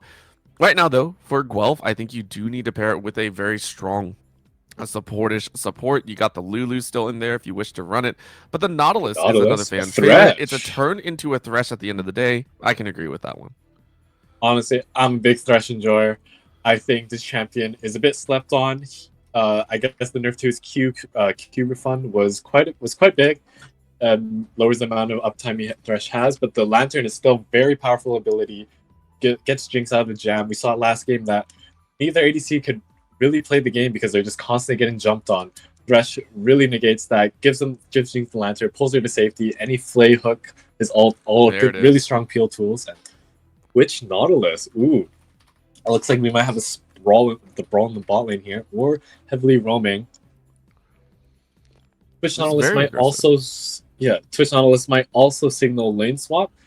We see it's something that's a very popular strategy in Pro right now. I believe other teams are also doing it in CIE. So we'll see if Twitch Nautilus will spend most of their time roaming. Okay, Wukong locked in, very powerful. So yeah, looks like this time a big switch up. They're going for full scaling, full team fighting. I like their draft already. We just need some AP damage. I think we're good to go, honestly. I mean, yeah, they locked in their jungle and their bot lane. So let's go ahead and take a look at that pinch of the mid top. We'll see what they actually decide to go for, because I think Solar Desire might be the one that we see the major changes. And concerning you can go ahead and counterpick that one, you're not too worried about it. Honestly, Toothbooth, I think, had a great time. So yeah, you go ahead, ban away that top side. You make sure I Loves You doesn't get a comfortable pick and a comfortable matchup. We'll see what you decide to lay down here. The Darius banned away number 1, the Gragas on the other side. This is all understandable. Guelph, though, do you decide to ban away some others? And it is going to be the Aurelia, another hard carry champion. Not allowed. This signals to me that Guelph is looking for something that may not be as dominant in lane. Maybe a tank top laner like Ornn, or maybe Maokai, Malphite, Zac. Actually, honestly, Zac is pretty disgusting. That he can fight most champions. As we'll see, the last ban coming out for Alberta, they banned away the Gragas. We'll see an Ahri ban. Doesn't want to give the agency to Guelph's mid laner. Guelph, I believe their mid laner was Toothbooth this time around. Toothbooth, right? Sorry, Toothbooth. He was very impactful on the Akali, able to get a lot of kills. Made it really hard for Alberta's bot lane to play the game. And shutting down that Ahri. Let's see what they pick here. I think they can do a decent amount with it, of course. Well, if they so wish. Way. Of Ooh. course. Ooh, the way I like it. So still very safe, understanding that hey, the Nautilus is going to come into you, but this does allow a lot of opportunities for Alberta's side to kind of punish that. I mean, it's a way you scale to mid to late, early game, can be hit or miss. Yeah. Also, his not having any movement options is very restricting for Hui, but his range is huge. The damage he can provide is massive. Like, Guelph got a crazy scaling comp right now, as we got Alberta hovering the Vagar, hovering Castle. What else are we gonna pick here? Ooh, looks like it's a Vagar Ooh. lock-in. I'm not entirely sure how this Hui Vagar matchup actually goes, but Vagar has infinite scaling on his passive, but he is very low range. Really, only has damage for one person. His sustained DPS is not known to be the greatest. He received nerfs a long time ago that reduced his ability to max E first. That was a lot of his power. Was just a huge crowd control. As we see a Riven locked in. Ooh. I believe that's a pocket pick for Bye I Loves You. I like it. See. Riven is, again, it's another champion that a lot of people don't like to blind pick. There's a lot of counters, including Renekton, a lot of other lane bullies. He can just shut down this Riven and basically keep her useless for most of the game. But let's see how Guelph responds to this. I think they can respond with a decent amount. That mid lane is one that, I mean, you're just power farming, so I don't think our eyes are really going to be there. Ooh. The Poppy at the end of the day, though, this one was also, I think, touched on before. It was banned away in game number 1, and you had to drop the ban, of course, considering that you did need to focus on that Yone, the Ahri, and the Gragas. I think that's fair, but this is a great counter into the Riven if you're planning to play a little bit more stalwart team fight. Guelph, I think, have a pretty solid lane matchup. This is going to be a lot more comfortable for them rolling into that mid to late. They're not going to feel as rushed to hit those breakpoints. Alberta, kind of in the same vein. This is going to be a huge, like, kind of crashing of a mega stones here. It's a scary thought come this mid game. Yeah, honestly, the team fighting we saw from both sides last game was amazing. Both sides knew what to do. They executed very well. And this time we have a stronger team fight comp coming up from Guelph, stronger late game, just insane scaling from both sides. One thing I will say, though, is I feel Guelph doesn't really have that early game playmaking. There's no grubs. Or sorry, they may not be able to contest grubs or early dragons, whereas Alberta has that Twitch, has that Volibear, where they have a little bit more pressure, a little bit more power in that early stages of the game. Yeah. Take a little bit of time and hopefully have that strength to free fire and really hold it down. Of course, I want to ask, considering we see this hard shift, I know you mentioned Guelph might have a couple struggles for Alberta's side, though. This still feels very team fight-esque. Yeah, however, it feels a lot more well-rounded safety. If you remember in the previous game, we saw how quickly they were picked apart at points or when they lend itself. This comp feels like it can kind of synergize a little bit better if they do get scattered. They still have very good AoE ways to get back in. You're looking at that Nautilus, you're looking at that Vigar, and then, of course, Riven kind of outplaying on their own. Yeah. Do you like the well-rounded aspect of Alberta, or do you think it's a little bit less so than game number 1? I think, honestly, I prefer game 1's Alberta's draft, but I do recognize that, yeah, and like you said, in the later stages, they were getting scattered. They weren't protecting their bot lane. Now we have Twitch and Nautilus. Twitch can just, he just routes up in the corner, waits for his angle to engage. He's invisible. No one can catch him. And then it's much harder for him to get picked off because he can choose when he wants to go in. And Nautilus, he's tanky. You need more resources to kill him. And he can just flip it on you with his engage, his hooks, his ults. The one big question mark I have is this Riven, though. Riven does require... yeah. Riven, it's not a champion we see very much. This champion, it needs snowball. It needs to get early leads. It needs to get going fast. And Guelph very smartly picks the Poppy to shut it down. Poppy Dove used a huge counter to Riven. She's unable to use 2 of her 4 abilities, or 3 abilities, however you'd like to count it. And Poppy also has a lot of damage, especially in the early stages. You might even see, Poppy used to build Sundra, but with the removal of that item, we'll see if they want to opt into a Triforce or Black Cleaver, some early damage, and then spec into tank. But yeah. Honestly, I expect some crazy team fights in the later games. I expect this game to go quite long, outside of Alberta getting some crazy lead in the early game using Twitch and Volibear. And I think it'll be a banger. Honestly, if last game was any sign of what's to come, I'm very excited to see how this game goes. I can agree with that one. It's going to be a little bit messy. It's going to be a lot of fun, though. And of Yeah, course, while for we sure. wait for these players to kind of get into lobby and get rolling, we do want to shout out once again our amazing sponsors here. First off, it is a BMO, helping you take care of your checking and savings accounts as well as your credit cards and borrowing options, specifically designed for students if you are currently in school. They have a lot of plans specifically geared towards you. Currently, they do have a 12-month option for Domino's Pizza with BMO's current student offers. That is an amazing offer right there, I think. No monthly plan fees while you're in school for up to 1 year after you graduate. Not only that, convenient branch locations close to home and campus, depending on where you're at, as well as unlimited transactions, including Interact e-transfer transactions. Also, keep in mind there is a giveaway currently going on. If you go ahead and head to the main channel over there, where the grand finals for the League of Legends $1,000 tournament is going on, you can go ahead and type in hashtag CIE 2024 to have a chance to enter in to get a possible $50 Riot gift card. Go ahead, spend it on some of the amazing skins that are currently coming out. And of course, a big shout out once again to TELUS Arena, one of the best places, if not the best place for Canadian gamers to play, as well as improve their skills through free coaching from the pros or to compete to win thousands of dollars in prizes. Whether you are a casual gamer looking to learn or a pro gamer looking to win, there is a place for you at TELUS Arena with monthly events across a variety of games. There is always something going on, so make sure to go ahead and join in on the TELUS Arena Discord to stay updated on all of their activities. I did this last time, and hopefully I get to do it one more time because it's going to be a good time. But before we do that, we're going to go ahead and send it to a very short break to tell you a little bit more about TELUS, of course. So don't go anywhere. We'll be right back. When I first heard about the TELUS esports series, I was like, there's no way. I was absolutely stoked. You don't really hear about esports at all in Canada, let alone from a big company like TELUS.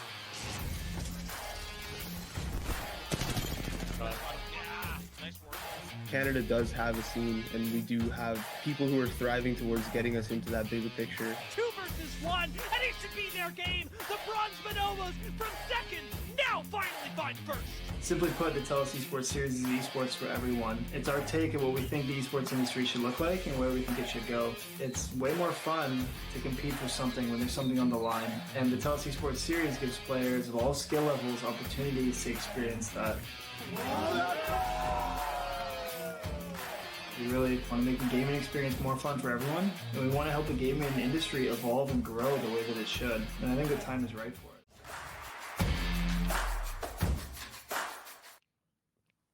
And we are back more than ready to go for this game number 2. Thank you so much for sticking with us. And before we get into game, Joseph, you know what question I'm going to ask. Last time we laid it down, you said it was on the blue side. You said it was Alberta, and they did win, although a little bit messy. Looking at game number 2, is there a side that you would prefer to lay your bet down on?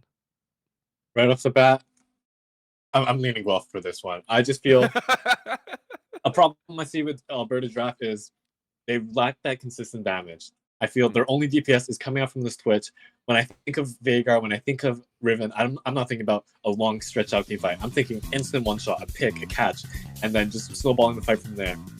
Whereas on the side of Guelph, I see this Jinx who can get recess, Wukong with his like longest ult, and his Hui with just like constantly spitting out abilities.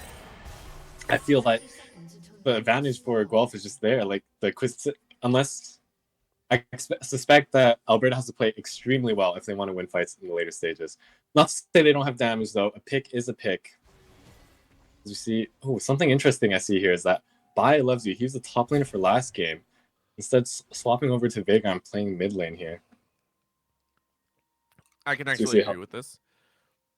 This is going to get messy but fun. If you love aggressive, I mean, if you love trying to take that duel, considering the Yone was a solo desire pickup, I kind of like this. You go ahead, send that Riven topside. You get to do a lot a little bit more. Maple Shield will have to get used to that kind of playstyle. And Baya loves you. Is going to be sitting there going, okay, let's play smart. Let's play safe. Let's just farm up as much as possible and see how much you can get down. Right now, we are seeing those battle lines drawn. And the junglers, once again, starting on their own respective sides. Red buff for the Wukong. And it is going to be the Raptors for Yizu. See Volibear starting Raptors. That usually indicates he's looking for a level 3 gank. However, last time it worked out, I don't think it will this time. Even without the respect, I feel like Thresh and Jinx are just very good at repelling ganks. Jinx can skill E second if she sees him. Thresh is likely going to skill E second as well. Just pushing that way, that volley bear, giving him no pressure. We see a lot of respect coming out from this Poppy. Missing all 3 minions, knowing that Riven is in that bush. Very interesting. I feel this is a matchup I'm not very comfortable with, but I can... Maybe Solar knows something that we don't. He's able to zone out this Poppy this hard. I mean, you go ahead and give yourself a little bit of time to work with him. Maybe it does give you that advantage. It gives you that little extra damage. Of course, in this bot lane, it's another thing to call down here. Yizu is going to run in for that gank. A flash for flash. Support for ADC, but the electricity is going to come down. Shock at least one. And Danny is going to get stunned up. If you get that auto attack off or you get another hook, it's good. But Yizu eats just a little bit too much damage. However, that pressure, Danny has lost all summoner spells and lost a good chunk of their HP. Yeah, this is something we saw last game too. I mean, last game they got the goal. Wow, the kill just like that. Coming on the top lane for Maple Shade against the Solar Desire.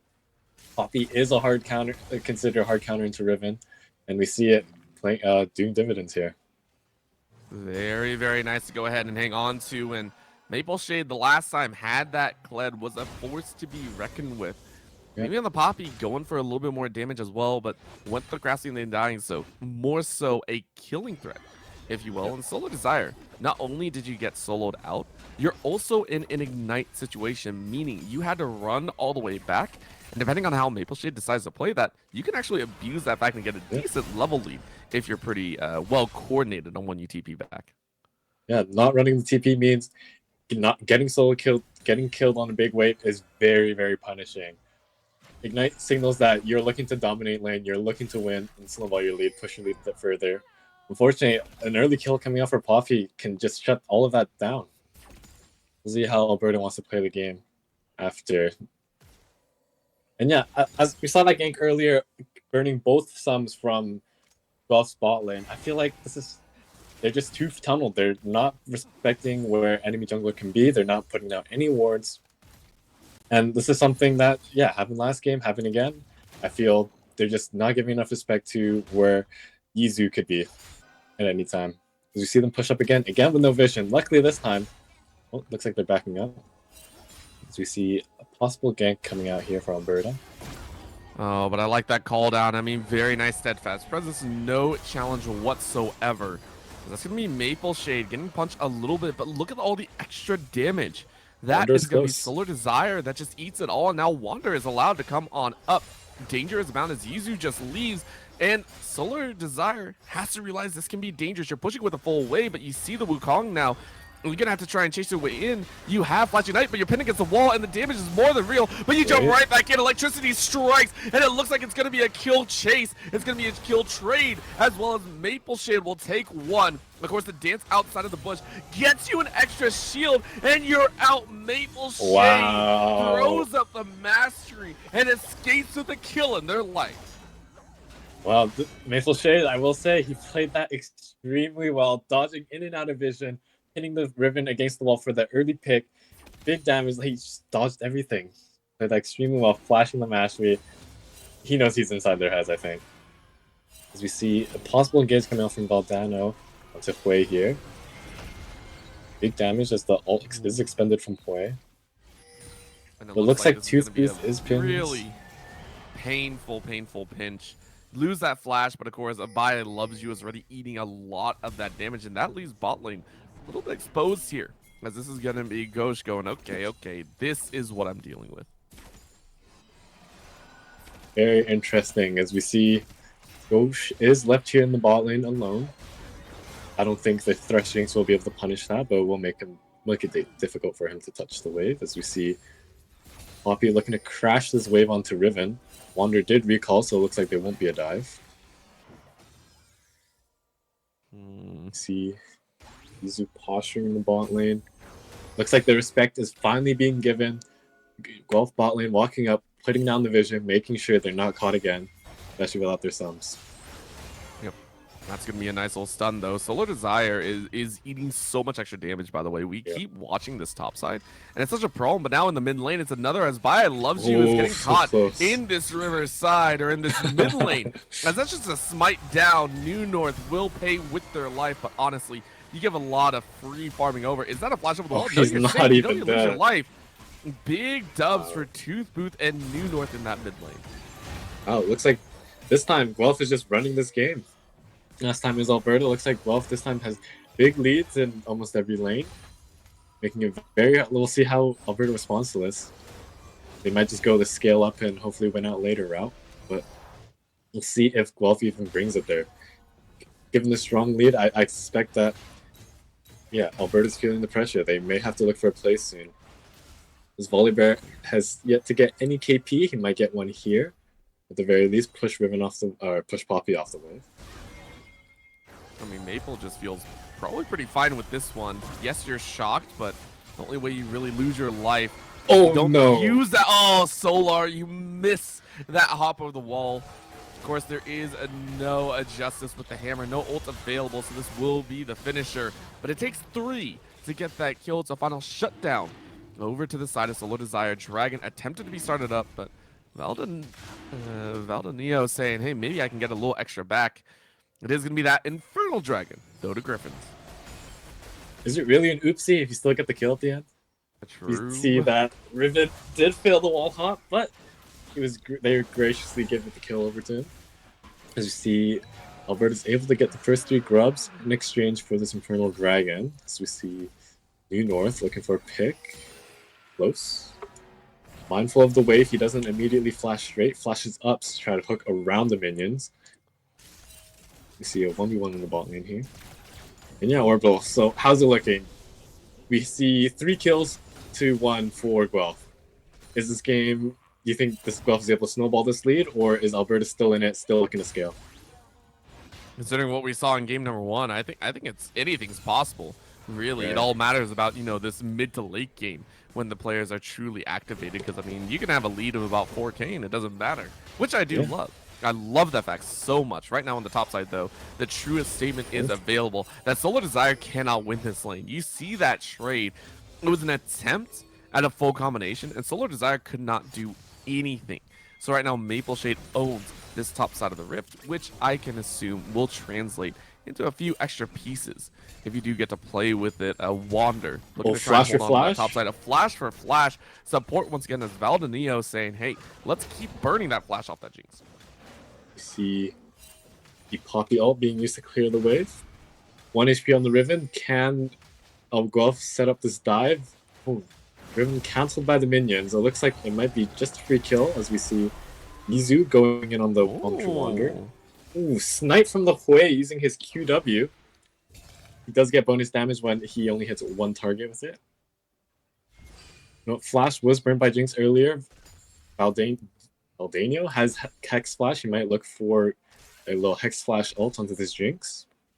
I mean, you could go ahead and look at that aim, but the hook Close. goes a little bit wide, so you can't follow up on it. And quite honestly, Alberta Amber, they play this one nice and slow. Remember, 3 kills does not make that big of a difference for a team that really does want to play towards that mid game. You can see him just trying to get those CS leads, get that back under control. It's only about a 1.2k difference. Really, you're more worried about that top side. As soon as the Poppy gets enabled, that's when you should actually be quite worried. That roaming tank will be a problem. On the bot side, though, a prep Yuzu ready with that Skybringer. Massive wave being pulled in here, and you have that depth charge to go ahead and fire away. Big chunk and slam as that's the finish, and the tower dive goes quite well. You will pay with 1, and honestly, it's not the worst thing in the world. Go ahead and take that finisher. I think Ghosh is dead, though, and it's a 2 for 2, which I thought was going to be okay, but Gryphons fire right back. If you get this third as well, Wander might have a bit more to say about it. Red buff more than burning away. You're under tower, you're safe. Rocket not going to land, but Gryphons, quite honestly, great defense against the tower dive. I was going to say, it looked like a clean dive, but then Wander showed up, was able to get the kill. Ghosh just barely not being able to flash out of the turret before getting that last tower shot. But however, 2 kills did go into the Twitch, whereas 2 kills went into the Thresh on the Guelph side. hopefully this is enough of a lead for Alberta to come back into this game. Just looking to build Bork first. We see another roam from New North, maybe looking to pressure this Veigar a bit. He lands the hook, it is a kill. Gang coming in from Yizu into the bot lane. I like this call. You go ahead and pick off the easy targets. We mentioned how there's no real mobility. You just get that kill. Of course, a pinch against that wall. That's a flash out, and it looks like Solar Desire might live, and you do. But low HP bar on Maple's side means you get the Q off in time. Call down, though, as it's a trade on the top side, and now a challenge on the other. New North is able to flash away, but that's going to be a great ult to almost turn off the tower, but it's not. And that means Yuzu has to sacrifice a life and slam down, as that's a 1-for-2 on the bottom side. But I mean, top side is falling to the wayside, and right now we are seeing these points of power come out on opposite sides of the rift. Maple Shade for Gryphons, extremely strong, 3-1-1. At the same time, Ghosh and Yizu both building significant leads, I would say, against their counterparts. I like that Alberta's responding, not just laying down and losing the game. They look to dive bot, they look to make plays, and I will say I have to favor Guelph here. Although they are putting behind the Jinx, if this game goes long, Jinx is still a massive threat. Unlike the Lucian from last game, Jinx will still just pump out damage from far range, even when put behind early. Whereas you see Riven being put like crazy behind right now. I don't think there's ever a point in the game where she'll be coming back from a 1-4 start. Uh-oh, this is pain. You knew it was gonna happen. It was set up almost minutes before, and you draw it in. Might as well camp. The one lane that you need to go right. A final expunge means it's done. The contamination is real, as Ghosh is being spoon-fed kills. Yep. Well, looks like it has to be the Twitch show here, with Riven just getting bullied under turret. Wander not yet opting to dive yet. But yeah, we also see that Veigar is looking to build, I believe it's Shirelia's. He has the Bandle Glass Mirror in this inventory. A lot of Veigars have been opting to build this item because it gives a huge AoE move speed buff, especially Veigar's not a champion that needs AP. He has plenty from his passive. He's not losing any damage by building Shirelia's. Let's see if he can get out here. Oh, he cannot. The Wukong has a crazy chase potential with his W, dash over, and his E. Able to just quickly scoop up that kill. 1-5 with a Riven. I mean, so at this point, what do you think Riven's doing in this game? Playing safe and just crying. That's what you're doing right now. You don't really have an option, because Ghosh and Valdanio are trying to scale up. 5-1-0 on this Twitch. You can bank off of that. Same with the Veigar. I'm enjoying this so far. Alberta, they already said, hey, we got to sack topside. We know the matchup isn't good. And granted, this is the only time you're going to face a matchup like this. So you just kind of bite the bullet. Remember, this is a fearless draft. You're not going to face another Poppy in the future. So you get to play as such. You go ahead and say, we'll try and win on the other side of the map. But in the vacuum of top lane, yes, Riven is out of this game for the time being. It's 15 minutes, and I already see Poppy has 2 items in inventory, and she may just be unkillable, as we see a dive coming in from bot lane. Oh, but this dive is going a little bit awry, as that is going to be the pinch. What a beautiful rotation, as Gryphons fire away. They deny not only the mid, but the bot lane as well, as that's a double kill over to Danny Quick. Gryphons flying in swoop to save the day and even hold off on top side. Wins around the map for them. That's a 4-4-0. That's completely stopping any momentum that Alberta had. They lost their mid turret. They just lost. Yeah, all 4 of them died. They're probably going to get huge damage on the bot turret here. You look for a dive on this Riven here. Well, maybe not. Maybe Riven just gets a solo kill onto this play. Oh, 1 HP. That's a great tag. Can you follow? I don't think. Well, Poppy's over the wall. Actually, that's a big fear. Oh, gets the slam into the wall as well. On the upper side of the map, it was I loves you to pick up a kill in the back end, but a little bit of speed up as now Solar Desire has to run for the hills. Pinch against the wall one more time, an electric shock to finish it, and it will be the snipe as Solar Desire goes a little bit too far. New North is able to fire away on the bot side as well, as that's a tower dive gone wrong here. Of course, loves you still 1-3-1, not exactly the most gold heavy character, but Gryphons are finding kill after kill and currently have a 3.7k lead. Yeah, I respect Alberta for continuously looking for plays, but I think they just have to slow it down. They're not so insanely ahead that they can just force any play in the ball lane and it works. They have to wait for their team to pull up. Veigar did try to go for a 1v2 there. He was able to get one, unfortunately dying to the support, which isn't the worst, but still not being able to get that kill does hurt. We see if they can kill this Poppy here. She does have 2 items. Oh, that's a very nice depth charge, but look how much time they're using, and that's going to be the root. You're still alive. Maple Shade is living for the time. Even a chomp on the other side means the Poppy survives, and Gryphons get free reign on who they wish to go. Flash forward, but you're still living. Low HP doesn't matter. My I Loves You is crying right now. It is pretty much a done deal now as Gryphons have survived everything that Alberta Amber have thrown at them. All that's left is to gather a few extra kills, but my gosh, this entire game 2 has been the Poppy show. Yeah. Just the lead there, able to get top lane, pushing ahead this Poppy, pushing ahead this Wukong, able to spread across the map, making sure that none of Alberta's plays bot lane work. I feel like this game is just a done deal. It is very difficult for Alberta to make a comeback here, I believe. This Twitch has to just do so much heavy lifting here. And it's just very difficult for him. There's Hui pressure, there's this Poppy, there's this this Wukong. Just able to dive on him for free. They have multiple dashes. It's just going to be very hard for this Twitch to play. We'll see what they can do right now. A little bit of a chance. Yep.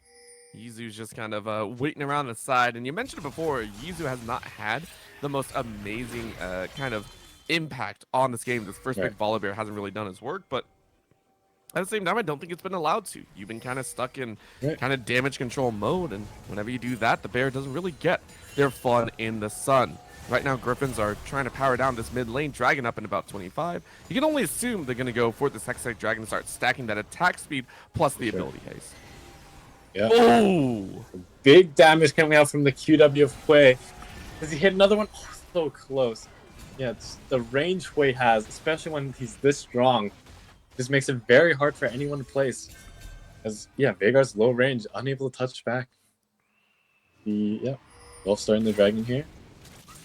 Just I feel like they can take it easy here. It's very difficult for them to lose a fight outside of a massive blunder. See, Gryphon does get the top tier 1, giving a bounty to his entire team. You can see here, this is that challenge underneath the tower. The Poppy is too dang strong to really be killed, and honestly, if they so play it, I think Gryphon's can just tower dive if they so wish, but they're playing respectful, they're playing smart. And that's just a rocket kill. We weren't even watching as Wander is unstoppable. They found by I Loves You, who wasn't able to do anything without a flash. And now another hook lands, another zapper as well. As this tower dive is working wonders, yes, the rat-a-tat-tat is going off, and Ghost can only do nothing but watch. Another zap lands as a squishy Twitch is running for their life. Gryphon smell blood in the water as it is only 20 minutes into the game and you're looking to break the inhibitor. Oh, we'll see if looks like Wealth is opting to actually break the inhibitor here. Something that is talked about is the idea of early inhibitor. That means like you're unable to contest the wave anymore because super minions always push, letting the enemy team farm for free. We'll see if that actually matters here. Baron is up. We'll see if Wealth is looking to prioritize that. I believe they should. Baron is able to get that tier 2 top turret left unchecked for the entire time. Originally looking for a flank play, but saw that I Loves You got caught out and decided to go for the top tier 2 instead. Looks like Wealth is posturing here for this Baron. Trying to get that control down, clearing all the camps, getting vision. I Love You is in the bot lane, but has TP, can join this fight if need be. So Orbital, what's the game plan for Alberta right now? How can you make a comeback? I think it's not so much how can you get the wins, it's how long can you survive and just kind of play that game, because I don't think there's a way back in. The Jinx is now online, everyone's kind of getting a jump on it, and these snipes are just too good. A hook on the bear as you try and leap over the wall, but you are being hunted by the best of them. An extra shield on the back end is only going to secure your doom, and the flank is going to grab this poor Twitch. Depth charge might be enough, though, as the expunge might be able to do the damage. You cleanse it out, but you don't get the safety. And now another pick as a wallop on the back of the head leads to a death. Now it's the Tin Man's turn as that's a hook on the Nautilus, and you are dead as well. This Thresh is working wonders. With those kills, only one is alive as Solar Desire is in a problematic spot. Dance your hearts away as Gryphon's Gaming are looking to control this game number 2. They got this might be an overheat from the Poppy. litter. The dive under the tower doesn't even matter. You trade out the life. It's an ace for Gryphons. However, the death is behind. I didn't realize they're taking that much damage, and this could be the chance that you don't have your ADC right with you right now. And I'm surprised you actually recalled on that. So Danny Quick, no, Danny Quick did die. I do apologize about that one. It is Gryphons, though, to break the inhibitor plus the Nexus Tower. Yeah, it looked like this game is rough. It's very difficult. Outside of I think a massive Baron throw, I think is very difficult for Alberta to come back into this game. There was a bit of an overheat at the end there, diving this Nexus turrets. They're able to get the Riven kill, but at the cost of 2, unfortunately, unable to end off of that. You see, it looks like Alberta actually looking to walk up and contest this Baron. They're predicting that Guelph is going to go for it. You see, yeah, they're just trying to push out waves wherever they can, making sure that the Gryphons cannot get a wave going and end the game. I think that's and at this point, yeah, I think at this point, Alberta should be looking to talk about what kind of draft they're looking for next game. I think there is, outside of a massive throw, there's not much you can really do. This is, again, fearless mode, so extra importance should be put into drafts. What you should pick for future games. And yeah, you see as the Gryphons start up the Baron. It's going down very quickly, given how ahead they are. Riven is split pushing, though. He's able to pick up these turret bounties. It looks like, I believe that's Poppy matching it. Oh no, that's Hwei, sorry. Poppy TP'd in earlier. Alberta's taking this opportunity to look for engage mid. Oh, and the jump forward might be big enough. Remember, it's very difficult to actually kill, and that's gonna be Ghost getting chased out. You are gone in a 3v5 situation. For 3v4, it's more than easy enough. Gryphons say, yo, where you running to? You can't stun me. I am Poppy. The CC chain is just too good. The damage spike as well is just too good. Tooth Booth is godlike after sniping out the Riven. And with both Nexus Towers down, it is going to be that GG. It's not a 38-minute game like we thought. It is less than 25 minutes here on the day.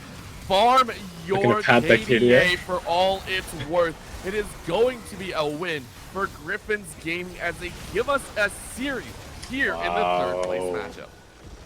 That was not how at all I expected the game to go. I saw these drafts, I thought they were picking scaling. I thought they were going for team fights in the late game, fighting for Soul, Elder, and late game Barons, but no. Just snowballing the lead in the top lane from this Poppy, most damage in the game. Able to just take this lead and just spread that across the map, pushing through mid, and just getting that early sub 25-minute end. Some impressive stuff coming out from Guelph. Made me very happy to see, and hopefully they can do a lot more as well, as they still have plenty of games to play. 2 more wins for either of these sides to really claim that third place trophy. And at this current time, it's still up in the air. So we'll go ahead, go to a short break, and when we come back, it'll be a continuation of this amazing series here on the second channel of the Canadian Intercollegiate Exhibition. We appreciate you all viewing, so make sure to stick around. We'll be right back.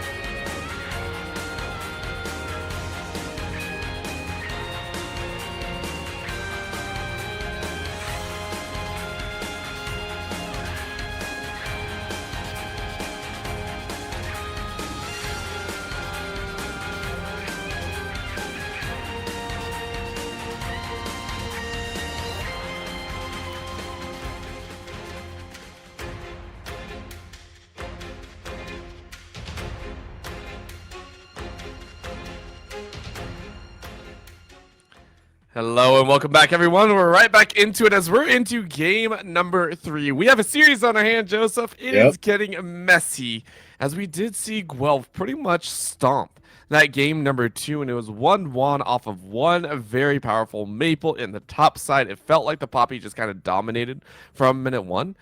And do you think we're going to have that same value once again? Because obviously the Poppy's off the table. I'm not sure. I don't think so. Part of the reason the top lane or Maple was able to get so far ahead is because he had a hard counter to a champion that has a lot of counters. I feel like these carry picks, they have to be picked last, and I think that's why Alberta chose red side for this game. They really want to save that last pick. They don't want to be countered. They want to be able to have their carry champ just have a field there. And yeah, and we'll see as get into draft here. Both sides now down 10 champions they can play. We'll see how they adapt to draft with that.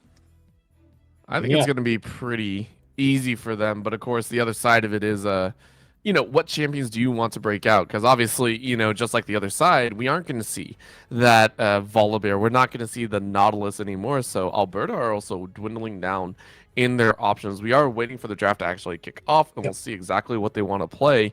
But I can only, I would assume that Solar is going to stick in the mid lane after this one. That top side felt very rough, but I think that was almost like a Hail Mary type of thing. It didn't really work. Okay, just kind of wipe it from your memory bank.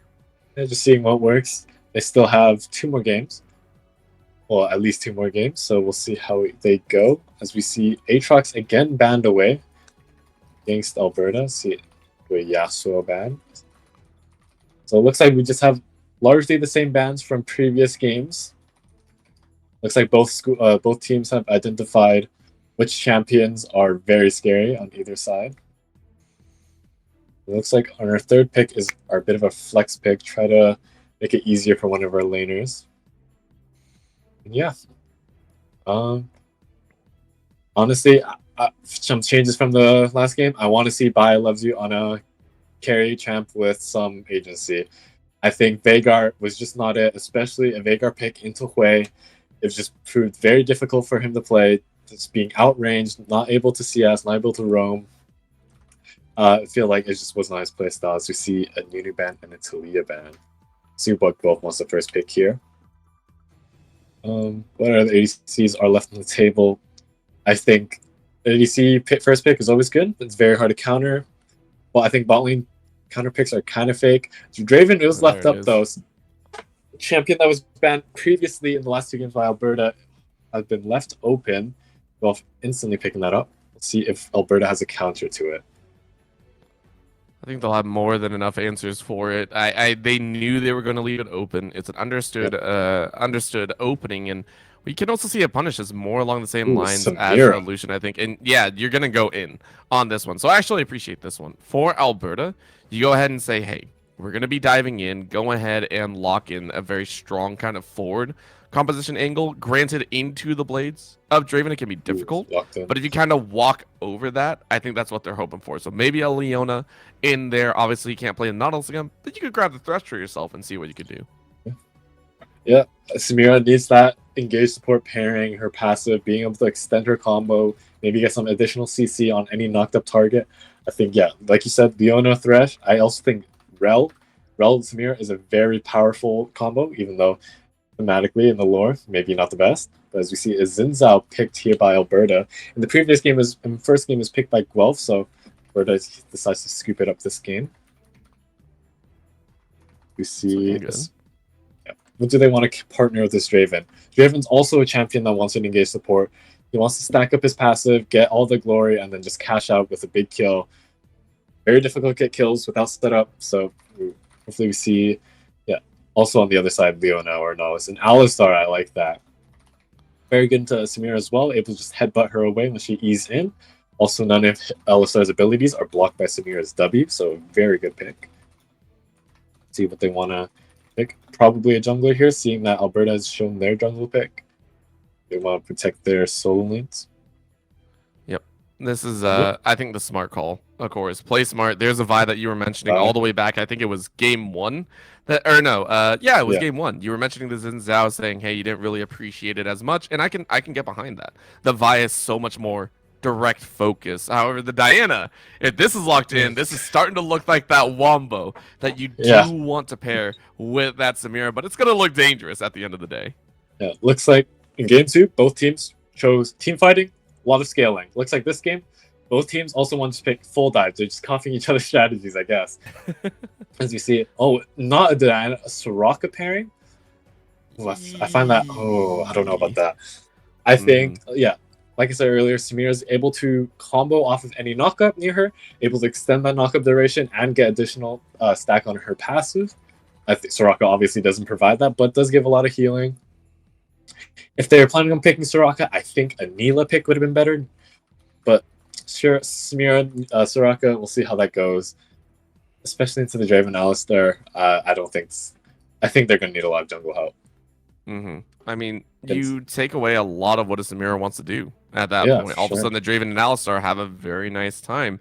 And I am liking these top lane bans. Once again, keep in mind Maple Shade was such a high priority that at this point, leaning into that a little bit more, Alberta going to have a very nice counter pick if you so wish to kind of lay it in. At the same time, Toothbooth did amazingly well in the mid lane. We did not get to talk about it that much, but the follow-up, and that's what a play wants to do.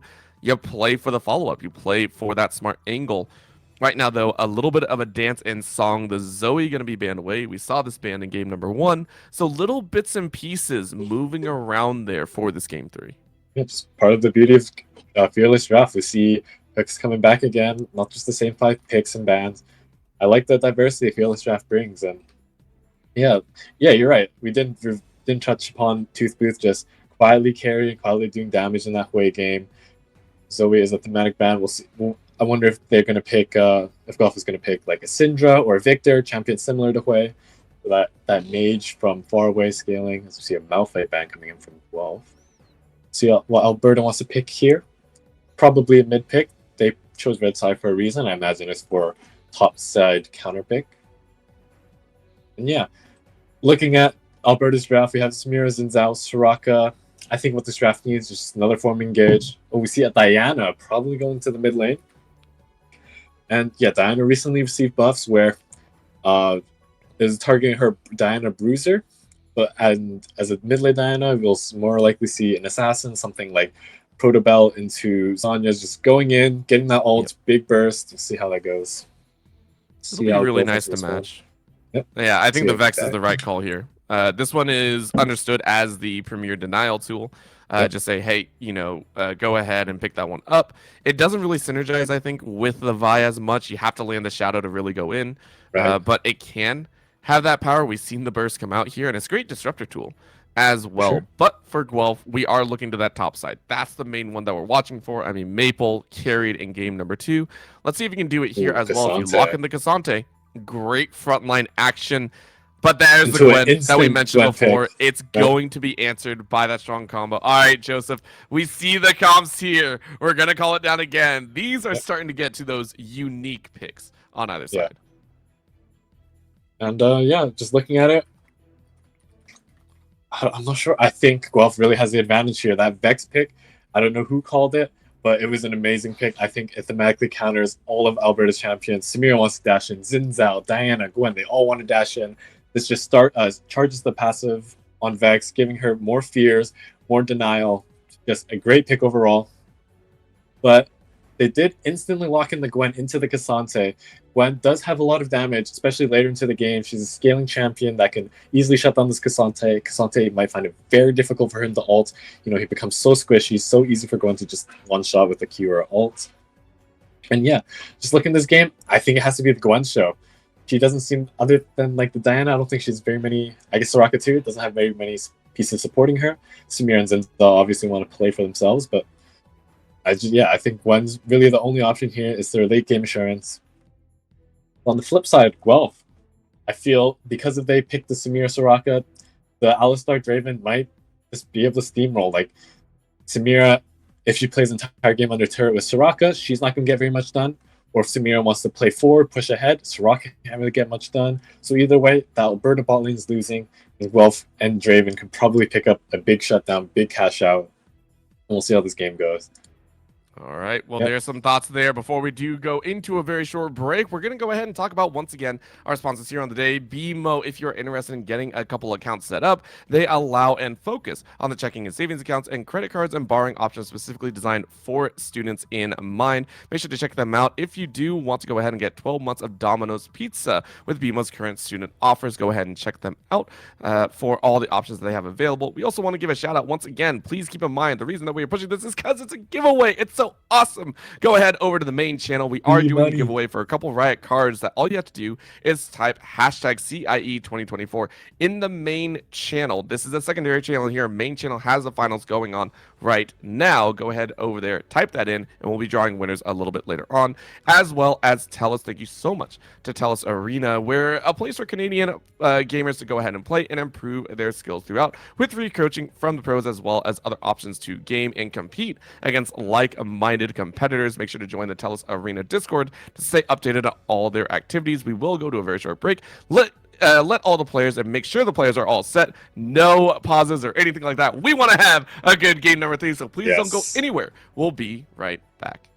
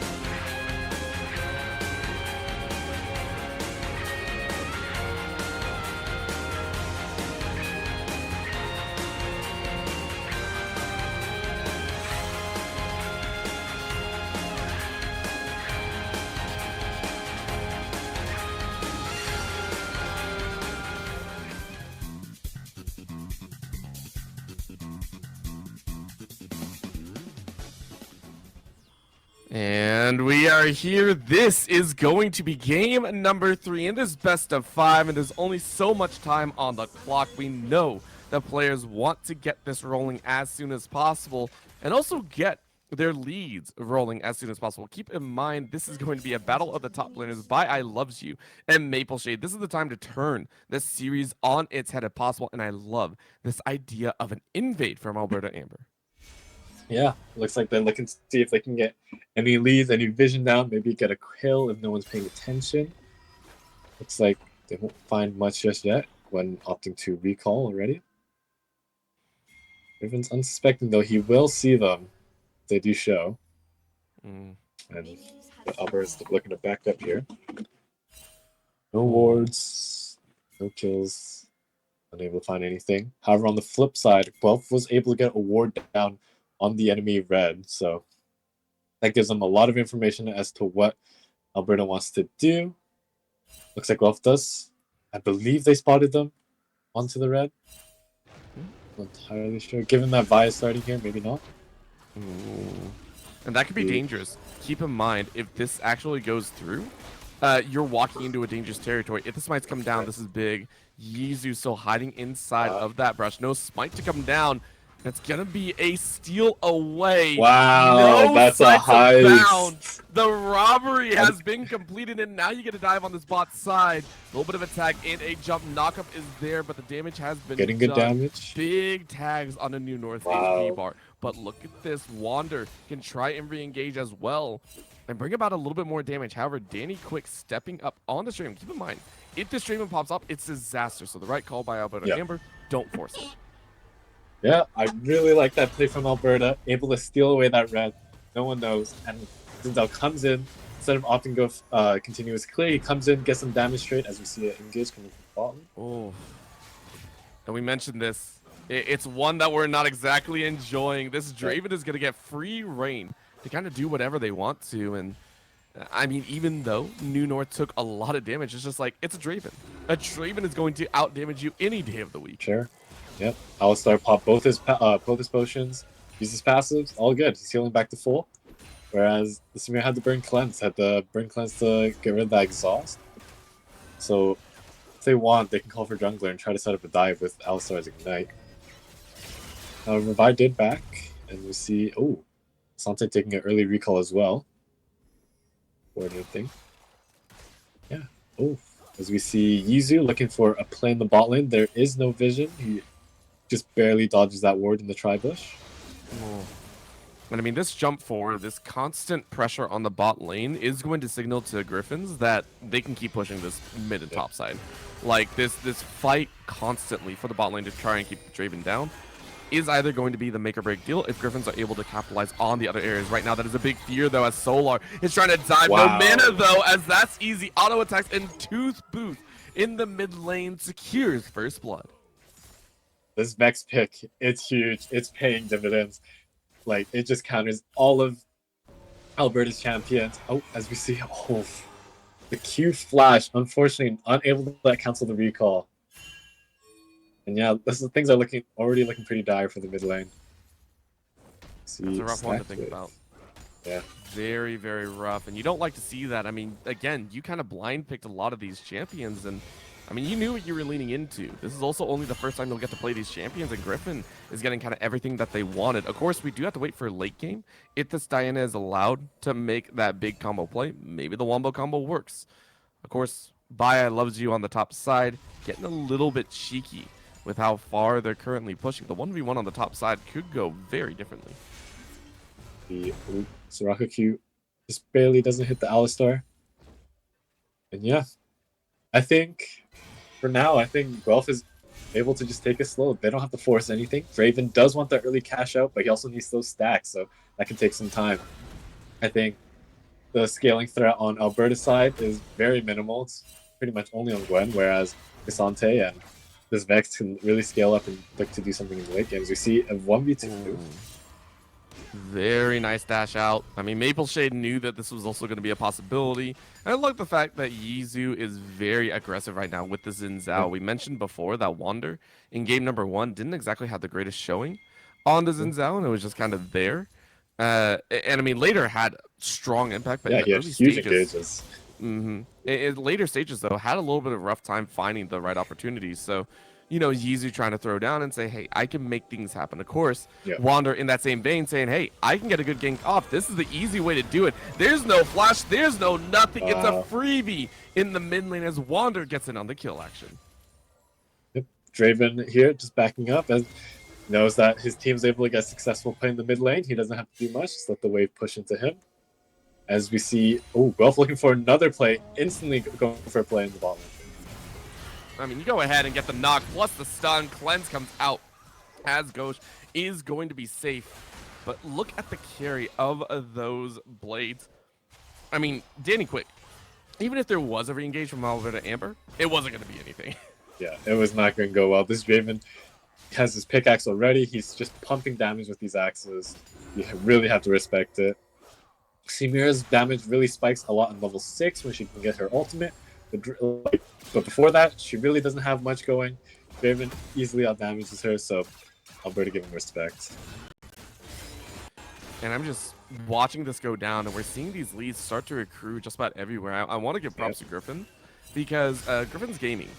This is, I want to say, one of the more extensive leads that they had with only 2 kills in the bucket. Yes, it's only 1.2, but normally we see that after quite a few deaths around the lanes. After we see, 1 or 2 or 3 trades between, and we see the kind of the kill gold going their way. Instead, we're seeing some of that CS start to come into play. Keep in mind the mid lane is one of the largest one. Toothbooth is the big recipient. Danny Quick is going to be building up a lot in the bank. If they get that kill, these expansive leads that Gryphons is hopefully hanging on to may pay out big dividends that is going to be the Grubs taken up by Wander. Nice. Yeah, just some early pressure all around the map coming out from Guelph. There's really not much they have to do. They just have to sit, make sure they don't int, and keep a hold on to this lead. Eventually, Draven will cash out, and I feel like there's really just not many answers, especially when this Diana is this far behind compared to this Vex. It's very easy for Guelph to play the game. And I also find it hard. Yep. Ooh, is that a pathing bot? Mm-hmm. Oh, but they smell it. They know it's happening, but actually maybe not. Draven walking up. I mean, you do have flash. You're over the wall. You're safe. It's fine. Could have been messy. Could have been very, very messy. That's going to be a knockback, though. And Ghosh says, really? You're going to test me as I hit level 6? Nuno barely gets out of that W, and it's a scary, scary place to be. The cow almost got cooked. I think that was a bit peculiar coming out from Nuno and forcing that fight. You see that Samira's level 6. Even if Zinzao didn't come back bot, I feel like Samira would have got her passive and got her ult and would not have been good. Luckily, they are able to get out before anything happens. See top lane going pretty even. Currently up in CS. Although Gwen is considered a counter into Cassante, it's not necessarily in lane, more about that late game fighting, where Cassante can't really pressure her with his ultimate due to how squishy he becomes. We approached 9 minutes in the game. Neither side seems to be contesting Dragon here. I feel like Guelph should really be looking to try to get this Dragon, given their presence with the Raven and Alistar. Oh, as I say that, they do start it. Vi is also very good at soloing Dragon. The amount of damage her W gives her is quite enough. It's not just that. You have a feeling that the spot lane is a little bit more in control. You can see the wave being cleared out here by Danny Quick, but it is going to be a little bit of a shove back because you saw the Dragon being started here. Now the collapse is going to be a little bit more dangerous. To jump over the wall, as it's a quick smite, you do get the kill, but I don't think you get out as Wander uses that flash. It'll be a trade of your life for the Dragon, which honestly an early Ocean drag, it feels kind of good to help with the sustain. Still though, it feels bad to lose your life there. Yeah, for sure. Especially with the flash. I think he's looking for the flash Q. Unfortunately, he's unable to get it. Alberta had the presence of mind to stand on top of him so the Q wouldn't go through. And yeah. Big kill coming in for the Alberta. Zinzao would like that early goal. As we see, hold on. Zinzao was down 20 CS? I'm unsure how that happened, given I guess he was looking bot a lot, but I'm very surprised actually. I would think that Zinzao and Vi have comparable clear speeds. I mean, they do, but keep in mind how much Yizu has actually ganked. Yeah. I mean, that's 3 or 4 ganks versus Wander, who only really ganked once. I mean, there was a single gank mid, and then you went right back to farming. And Yizu still has the entirety of their top side to clear out. So I guess it does actually make a little bit more sense. Almost 10 camps in the lead for Wander. Massive dub for them. Yeah.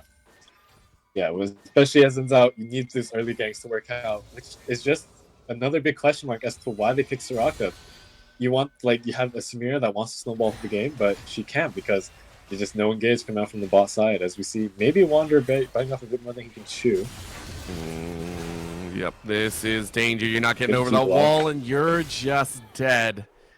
Feels so bad, man, as these kills are now evened up. And the gold pretty much so as well. Alberta Amber shutting down Wander's wandering path. Yeah. I feel like Wander really doesn't have to go for these aggressive plays. They can just chill, especially since they didn't seem to know where Zinzao was. They just had to play. I feel like they're not putting enough resources bot. I'd imagine, yeah, we have Draven covered 194 stacks. If you cash that out, I believe it's 1.75 times stacks is how much gold you get. See fight happening in the top lane. With multi-teleports as well, Yizu joining in on this fight, and it looks like it's going to go the way of Alberta Amber as they have drawn more in favor. However, look at this monstrous Cassante slicing, dicing everyone up, and you can't fall, but the knockback is big. And it is going to be the double kill. On the bot side, we have a cash in. Danny Quick grabs one of their own with a whirling death. And that shutdown is going to be disgusting. That gold lead that was even balloons to almost a 2K difference. Huge. That feels bad if you're Alberta. They're unable to get the top lane plate. They got 1 kill on the Vex, but unable to kill the Cassante. I guess he had a little bit of a Riot Games moment. And then the bot lane, Draven finally got his cash out. Now he's over 1,000 gold ahead of the Samira. And it's just, now it just becomes pain to Lena here. If I was Samira, I would just be calling for as many ganks as possible. I think there's just very low for her to do now. Let's see Alberta going for the grubs here. I think they can do it. I think they're going to be more than okay in this current situation. Of course, with this kind of shake-up in mind, my eyes are kind of drawn to the power points. Once again, Maple Shade is getting strong, Danny Quirk is getting strong, and for Alberta, they don't really have an amazing answer. We mentioned that the Samira isn't really going to get online unless you get a lot of help, and that is in the favor of this Diana and Zinzao. However, you need help in those lanes as well, so this pinch that Wander is currently a part of is a big one to play for. You can go ahead and see this extra grub that's on the field. If Gryphons are able to secure it, they get a stack in a push, which is why Alberta are trying to push for it themselves. They're not going to get it, though, and so that'll be a nice pickup for Wander and the rest of the Gryphons. Yeah, looks like Wander was able to successfully get pressure them off of grubs. The Gwen and Zinzao did not feel ready to fight it, especially given that Vex would have been able to move there first, and given her ult, she would have been pretty quick. As we see Cassante getting the Hollow Radiance, he's able to instantly clear these waves, put pressure on Gwen, or just roam the map, try to get plays elsewhere. And yeah, there's really not much for Alberta to do here. Just I feel all of this is a consequence of draft. You just have very little engage outside of your Diana, who's been put pretty behind if you can't really shove out her wave because of Vex's lead. As we see a fight here happening in the mid lane. Oh, what a dive in. Solar Desire trying to prove all of us wrong and say, hey, this Diana can work. And honestly, I don't even know what happened, but that feels bad. Maybe that's going to go down, and now it's challenge inside the jungle. That's an assault and battery and an easy pickup here. No Crescent Guard to really come out until a little bit too late, but you're going to dive to the rest of the team. Maybe stay alive. Yes, you're healing up so much, but Wander is able to help out a little bit of a freeze here as we are watching, as that's the Inferno trigger to bloom at least for one, but it's still Danny Quick to close it out, and I don't care how many kills you get on this Samira, it is not going to matter as much as Danny Quick to secure their own and assist to come out for the Draven as Wander closes out 3 kills for the side of Gryphons. Yeah. First, Solar gets a crazy solo kill in the mid lane with the help of the Soraka ult. Alistar did not make the difference, able to flash auto, gain the kill. And then Alberta decided, I believe it's Alberta, tried to take engage on the Draven, which I thought was very strange. Draven already had the take Cyclo Sword in his inventory, and Samira was still sitting on Collector Component. The healing was huge from the Soraka, but simply not enough damage. To see Yizu getting caught here in the river. No. This is Yizu, you don't want to be here. Danger is abound. Another pick. This game is quickly getting out of control. Gonch running for their life. And it looks like they're going to be maybe North a bit too far. They're the ones actually they dove a little bit too deep. And the Dragon is still being started. So yes, you lose the life of your support for Gryphon's gaming and going, that's a small price to pay. We'll take this second Dragon and we'll put ourselves into a very nice Dragon scaling side. Okay. Honestly, this game is actually not too bad for Alberta at this point. What I see is Diana picking up a lot of the gold. She has a lot of burst. And there's big shutdowns on 3 of the members on Guelph side. You see a fight in the bot lane. Just a quick solo kill with the ult. Not needing. Very surprised that he was able to get the kill. Maybe Draven just wasn't giving respect or didn't have sums. Yeah, Samir was able to get a kill in this Draven here as we see another engage. Ooh, I mean, they're going to try, but remember, that quick stack is good. TP coming in here, knockback for the Samira, but the Inferno Trigger is going to do enough. No stun to come through, though, and so you're going to get chunked out. Bai Loves You is going to TP in to get a little bit of help.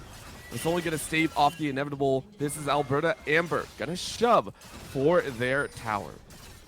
I think that was maybe a bit of a overcommit of resources using the Gwen TP. I understand that Gwen did just get that top tier 1, but I feel like that Samira could have easily the 2v2'd against the Vi and the Alistar, especially given that Soraka ult is coming back up. Yeah. Looks like, Alberta seems to be firmly back in the driver's seat. That a lot of lead is on Draven, the Vi as well, but it seems that Guelph is unable to find these good plays. And looks like the Samira is actually surprising us with the Soraka healing. Able to stay alive and pump damage in these fights. It's I think that, you know, it's unorthodox. Let's make sure we say that right now, but it works. If you're an over-aggressive ADC, you go ahead and make it happen. You know you got at least a couple heals plus a wish in the back line. Hey, it works. That's awesome. But this is where things get spicy. We're starting to see the group up. We're starting to see that level, the 18-minute mark hit. And this is where Gryphon's composition, this denial piece of the puzzle, actually does really, really well. You start being able to disperse a lot of this damage. And I'm going to be watching Alberta. Can they properly kind of play around these disengaged tools? Can they play around the Cassante, the Vex, this very decently fed Draven? Well, one of those is just say, screw it, we're not even going to do that. Bai Loves You taking towers for free.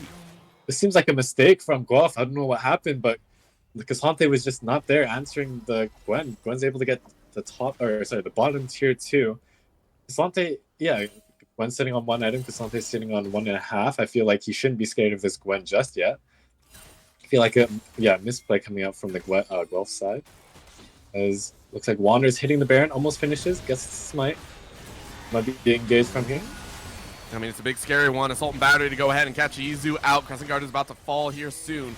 And it is, but you don't want to force this too much. Go ahead, back away, and keep yourself safe. No one really has to die here. And of course, you do go ahead and get that Eye of the Herald. More than happy with where Gryphon's game is currently sitting, because you can use this Herald to open up an opportunity on either the Dragon or the Baron, if you so wish to play with what you could consider a decent lead on the Draven. For sure. They got what they came for. They saw they didn't have to fight. The Cassante was bot lane, no TP. Gwen was moving up. They decided to disengage, and it was the right call. I think they should keep this Herald for bot turret, so they can contest this Dragon. It's coming up in 1.5 minutes. Another problem is they don't seem to be. I feel like the Gryphons are not recognizing they have engage option, whereas Alberta has more limited ones, and they should be trying to push their lead with this Draven. Draven sitting on 2 items. A lot of hubris, actually. A very interesting choice.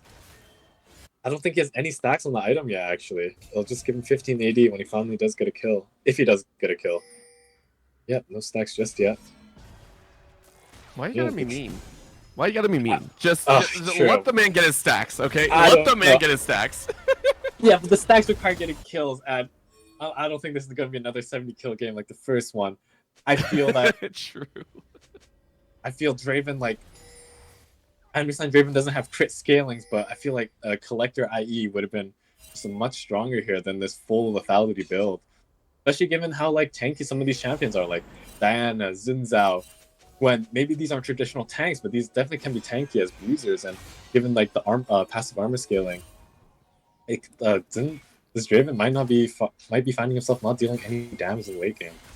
Oh, well, you know what? Sometimes you don't even have to worry about that one. You go ahead and dive on in. That's going to be Assault and Battery used, but I don't know how far you want to go, as that's a draw in. Massive ults come down. The Moonfall does work. The trigger is going to do enough. Yes, you draw away. That's Samira, and yes, you solo him out. But how much more can you do? In you go. Toothbooth, try your best to lay it down. But that's going to be a jump forward. Huge knockback, though. As this is re-engagement with Gryphons. The Gryphons are trying to sink their talents into the enemy. However, it is Alberta Amber to slice on back. The scissors are just too strong.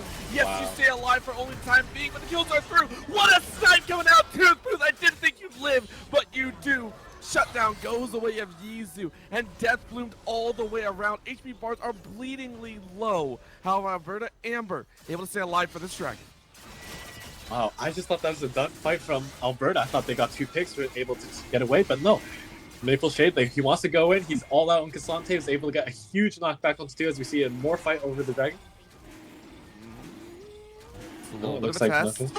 Alberta's backing up. Maybe they, well, opting to not reset this dragon. Their jungler is here. Yizu on his way. Swept. No one swept. This could be big. There it is. That call down. Okay, they're there. But did you see him actually walk away? This could be a walk up and snipe. Are you going to try and burst it?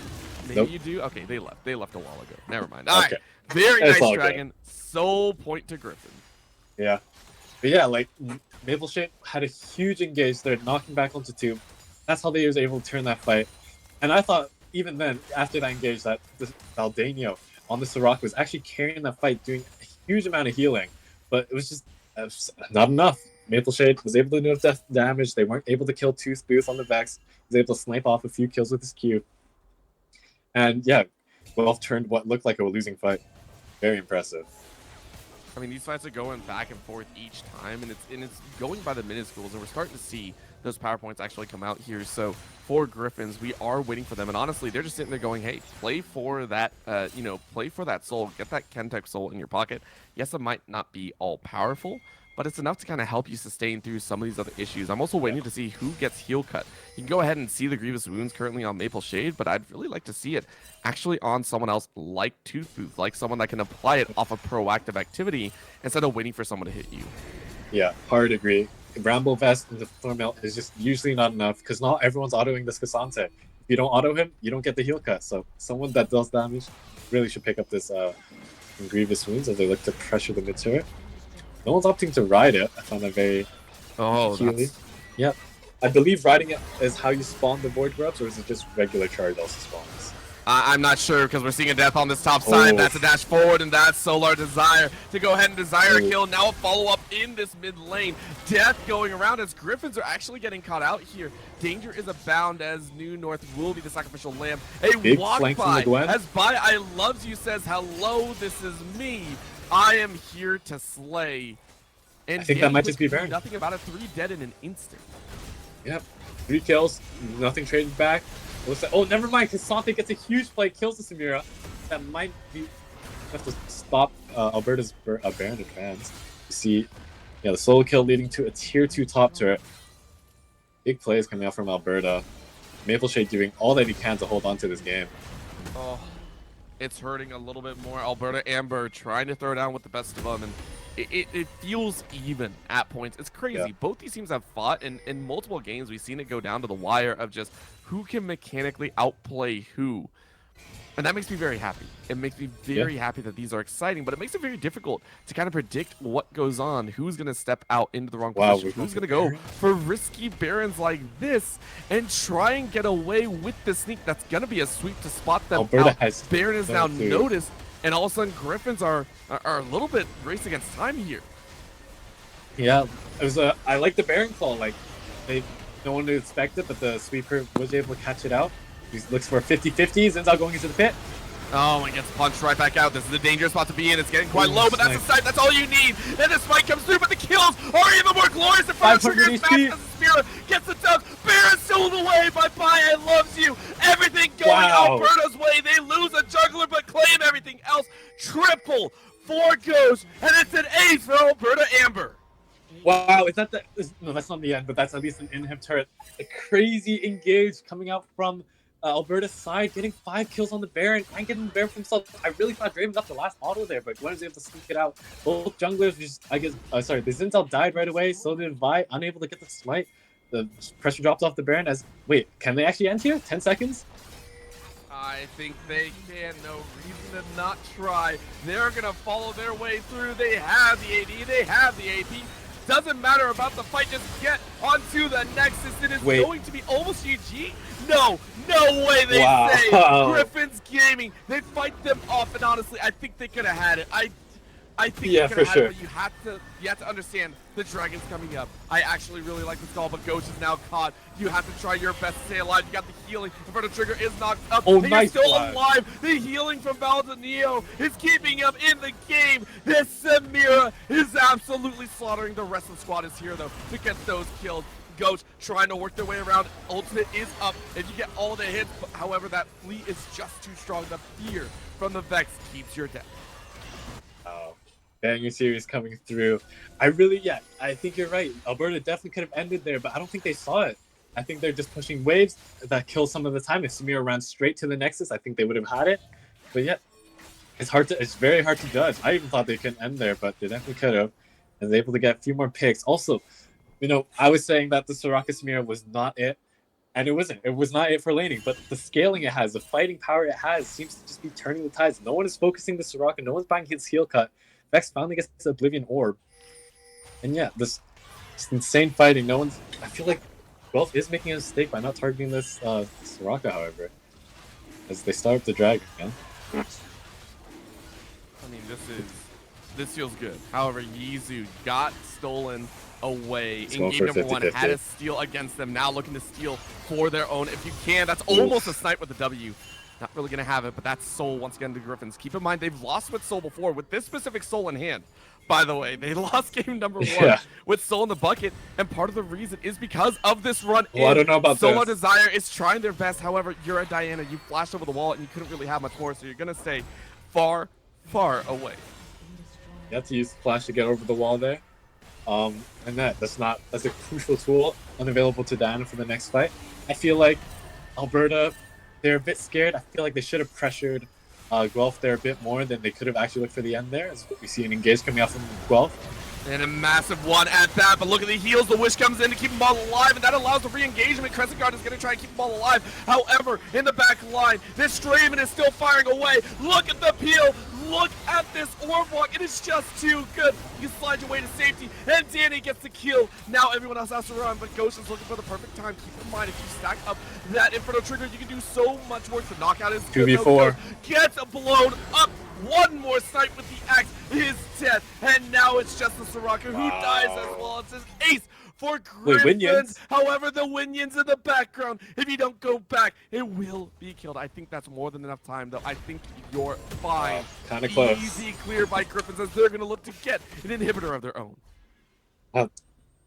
Honestly, I really thought Alberta had the angle there onto the Gryphons. The Gryphons dived in, but the rest of the team wasn't there to follow. But I guess the Vex and the Vi just had enough damage, able to single out the Xin Zhao, and then able to get the Gwen, Alberta's unable to fire back. I will say though, we saw at the end, like, Draven was pumping autos in the Xin Zhao for no damage. I feel like this is one of the weaknesses of the Thali build. With Xin Zhao just building a Frozen Heart, it seems. Draven's just not doing damage. He's opting... Okay, he has the Lord Dominic on back, so maybe he can get through this tanks now, but... Yeah, it's a bit scary. It's been taking a while, that's for sure. I gotta agree with you that Draven may not be hitting as hard as we assume, but can absolutely overcome that with the LDR. It's great, but that 6th item, that 5th item in there, wherever that Doran's Blade does get sold, I'm scared for what's purchased next. Right now, Gryphon's Gaming do not want to give this Baron over either. If the Baron is taken, a backdoor can occur so easily. They have to play smart and they have to play aware. Yep. This Baron is all they need. Nexus turrets aren't coming back. The inhibitor will. Yeah, and Gryphons know this. They don't want to push out too far into the base without killing the enemy team first. We're gonna play back. Hopefully block any backdoor attempts. Yeah, they're scaling up. I think one thing that's been happening is this Gwen's been quietly scaling up. She only has 1 kill currently, but see a huge engage coming out from Vex.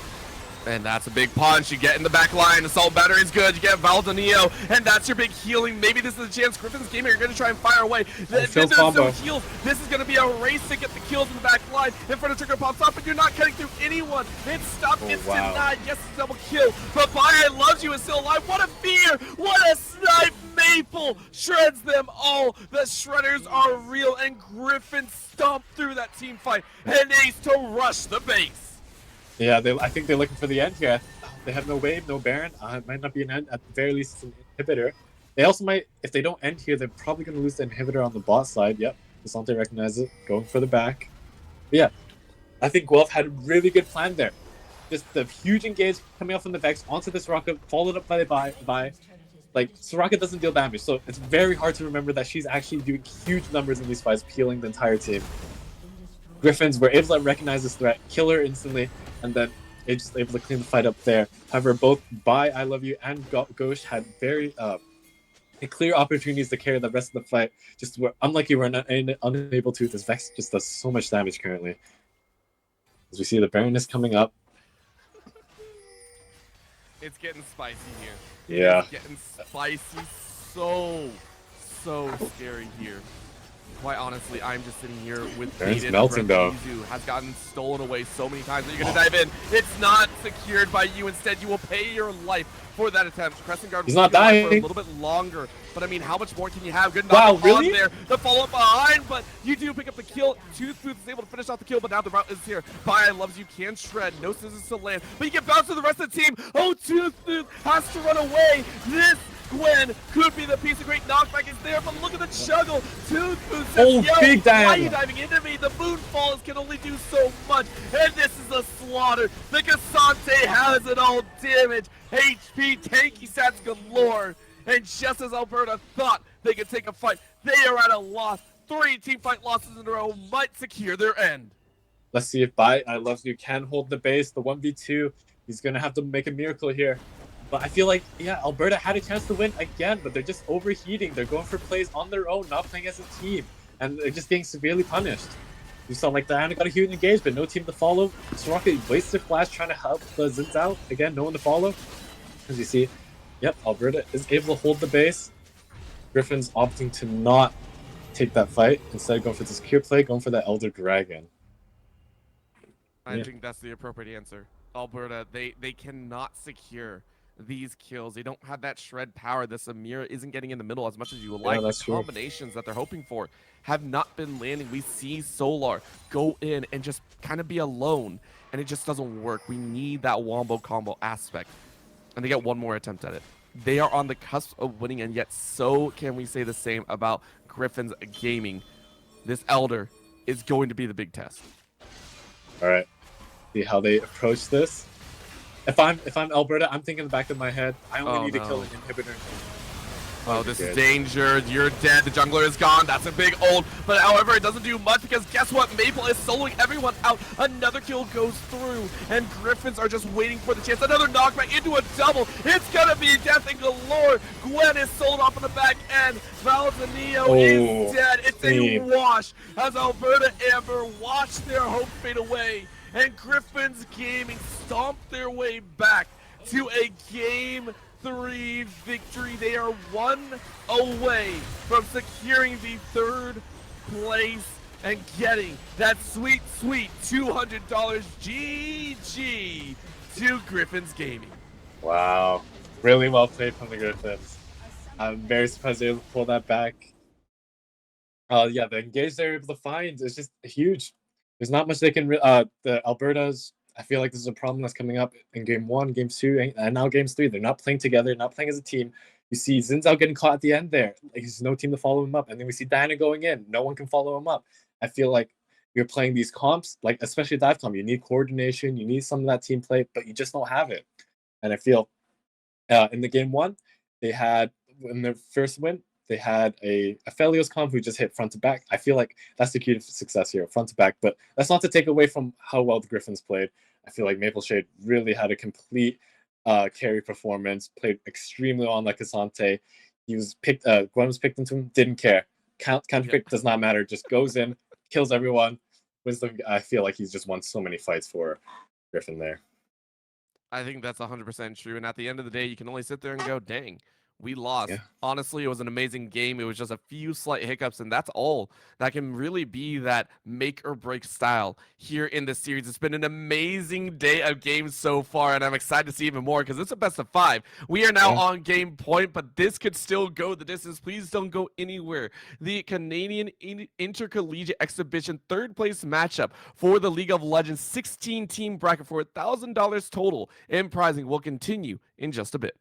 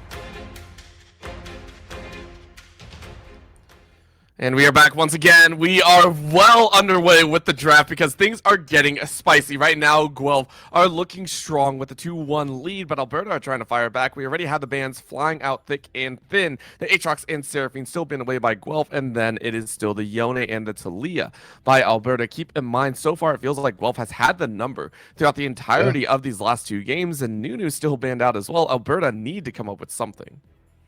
Yeah, one thing I've noticed is I feel like Maple Shade, he's doing a lot of carrying on the side of Guelph. It doesn't matter what champion played. In the first game, it was Kled. Then he played a Poppy and a Cassante. He's just doing so much for his team. I feel like Alberta, if they want to win, they should look to shut him down. I think they're going to give it their best shot. Of course, right now, it is still that Yone banned away. The Wind Brothers, not allowed to be played by Guelph since Alberta can't play it themselves. They are going to have to deny that Yone. First pick here, a lot of options here. If you wish to go for the ADCs, you could. And it is going to be that Xayah. This is kind of what I've expected. I think Guelph played the Xayah Recon before, and it went kind of thing. But the Lucian and the Milio, I think, is going to be that response. We're going to see an age-old trial, but it's the Nami to come out here, not the Milio. I kind of like this from outside of Alberta. They need some proactivity, I think. Their bot lane seems to be... they seem to be playing well, but maybe a little bit more proactivity to help them carry through the early stages. Xayah can beat Lucianami in the late game, but it's still in the early game. Their laning isn't quite as good. Lucianami can bully them out. I feel like Guelph should try to pick a jungler here that can really help camp bot, make sure that the Xayah don't fall too far behind. Especially since I don't think Guelph ADC has been playing particularly insane. He's not been bad for sure, but I feel like he needs to step up a little bit more here. But it's all good. Guelph is still winning. Their top side is doing really well, so just scaling and hitting is good enough. We've seen Aurelia locked in. Ooh. This is the one that we saw banned out last time as well. This was a little bit of a challenge, and I think it's going to be, again, coming down to a test of skill. I think that's what it's really done. Like, at some point, the macro just kind of gets tossed out the window. Everything kind of goes crazy. Everyone's just fighting. And we're really looking for those initiations. Who gets the best initiation? Who's actually ahead and all that stuff. Right now, we are getting into that second round of bans, and we are still targeting that Darius and the Gragas in that top side Guelph, assuming that Aurelia is kind of in that flex role, so you still have to proactively deny other tools and availabilities. This is Fearless Draft. Picks like Poppy won't be available for Guelph to pick into this Aurelia. As we see, also Ahri. This is a champion that Alberta has been banning. Tooth Booth has been playing very well, especially in the Vex last game, able to get a lot of roams off. We'll see, hopefully, with the with the Ahri, they're able to get even more roams off, pushing the wave, help bot, especially with this Lucianami, likely going to be shoving in the Xayah Recon. My question mark right now is also in game 2, when they picked Riven, it was instantly countered by the Poppy. Let's see, Aurelia is again a carry champion, which also means they have many counters. We'll see if they pick any. As we see Udyr, that can be an Udyr top or an Udyr jungle. Given right now we're a bit unsure, most likely going to be an Udyr jungle. I think that's his most popular role, but I don't think we can discount Udyr top with Aurelia going mid. I think it's a nice little flex in between there. You don't want to get too messy with it. And of course, with Alberta waiting for that last pick, you know they want to counter something. So Guelph for sure are going to kind of have to blind pick here. It's going to be a difficult one. And they opt for the Volibear. Keep this in mind. It has not had the most amazing showing here, but I think it's an appropriate response right now. You have a lot of great threat on the other side. You have the Recon, you have the Ahri. There's a lot of things that can match and become that battery pack for the Volibear to help engage. Yeah, for sure. Like, a lot of the Alberta champions like Lucian, like Aurelia, can be countered just by clicking Q on Volibear, getting the stun, and then just blowing them up, given that they have low HP. Or I guess maybe Aurelia has... Oh, see, Ornn blind. Ornn's a safe champion, as we... not very many counters, but Fiora is one of them. See if they lock that in. Another champion be a good one. Yeah, definitely be a good pick into the Ornn. Given that Guelph has locked in all 5 of their champions, one thing immediately screams out to me is they have a lot of engage, but not a lot of damage. I think, especially since you put one of your best performing players Maple onto Ornn. He may not be able to carry himself, as we do see the Fiora locked in against this Ornn. Yeah, he's probably won't have a good time here. You never know. He's been playing really well. Ornn can get these like little cheeky solo kills onto Fiora if she's not playing carefully. If she's playing a bit too aggressive, Ornn does have a lot of damage. He's the original 200 US champ that could do it all, like Asante. But yeah, I feel like Guelph has a bit low range, not very much damage, relying heavily on Xayah and Ahri. We'll see how that pans out for them. However, on the flip side, Alberta, they have pushing lanes with Lucian. They have, I'm not entirely sure how the Aurelia Ahri matchup goes, but I do know Fiora will definitely be looking to push in this Ornn, get advantages in lane. Udyr also very strong early with having 4 abilities over everyone else's 3. He can definitely invade jungle, get leads, and bully out this Volibear. Yeah, see how it goes as we. Mm-hmm. All right, we are going to load in here in half a second. Of course, I do want to shout out once again that the giveaway is still ongoing. If you go over to the main channel, it is still ongoing. The finals are still ongoing as well. Huge shout out to BMO and TELUS once again. Amazing sponsors out there. If you're looking to get a little bit of help with the credit and getting those accounts running there, as well as looking for other like-minded gamers, TELUS has the gaming arena for you, and BMO has you covered for anything that might be with regards to your accounting side of things. For right now, though, we are going to go to that short break once again. This could be the end of the series here, as Guelph are looking for the final game here on the best of 5. If they can do it with a front-to-back comp, they can do just about anything. Please do not go anywhere. The third place matchup here. We'll be right back.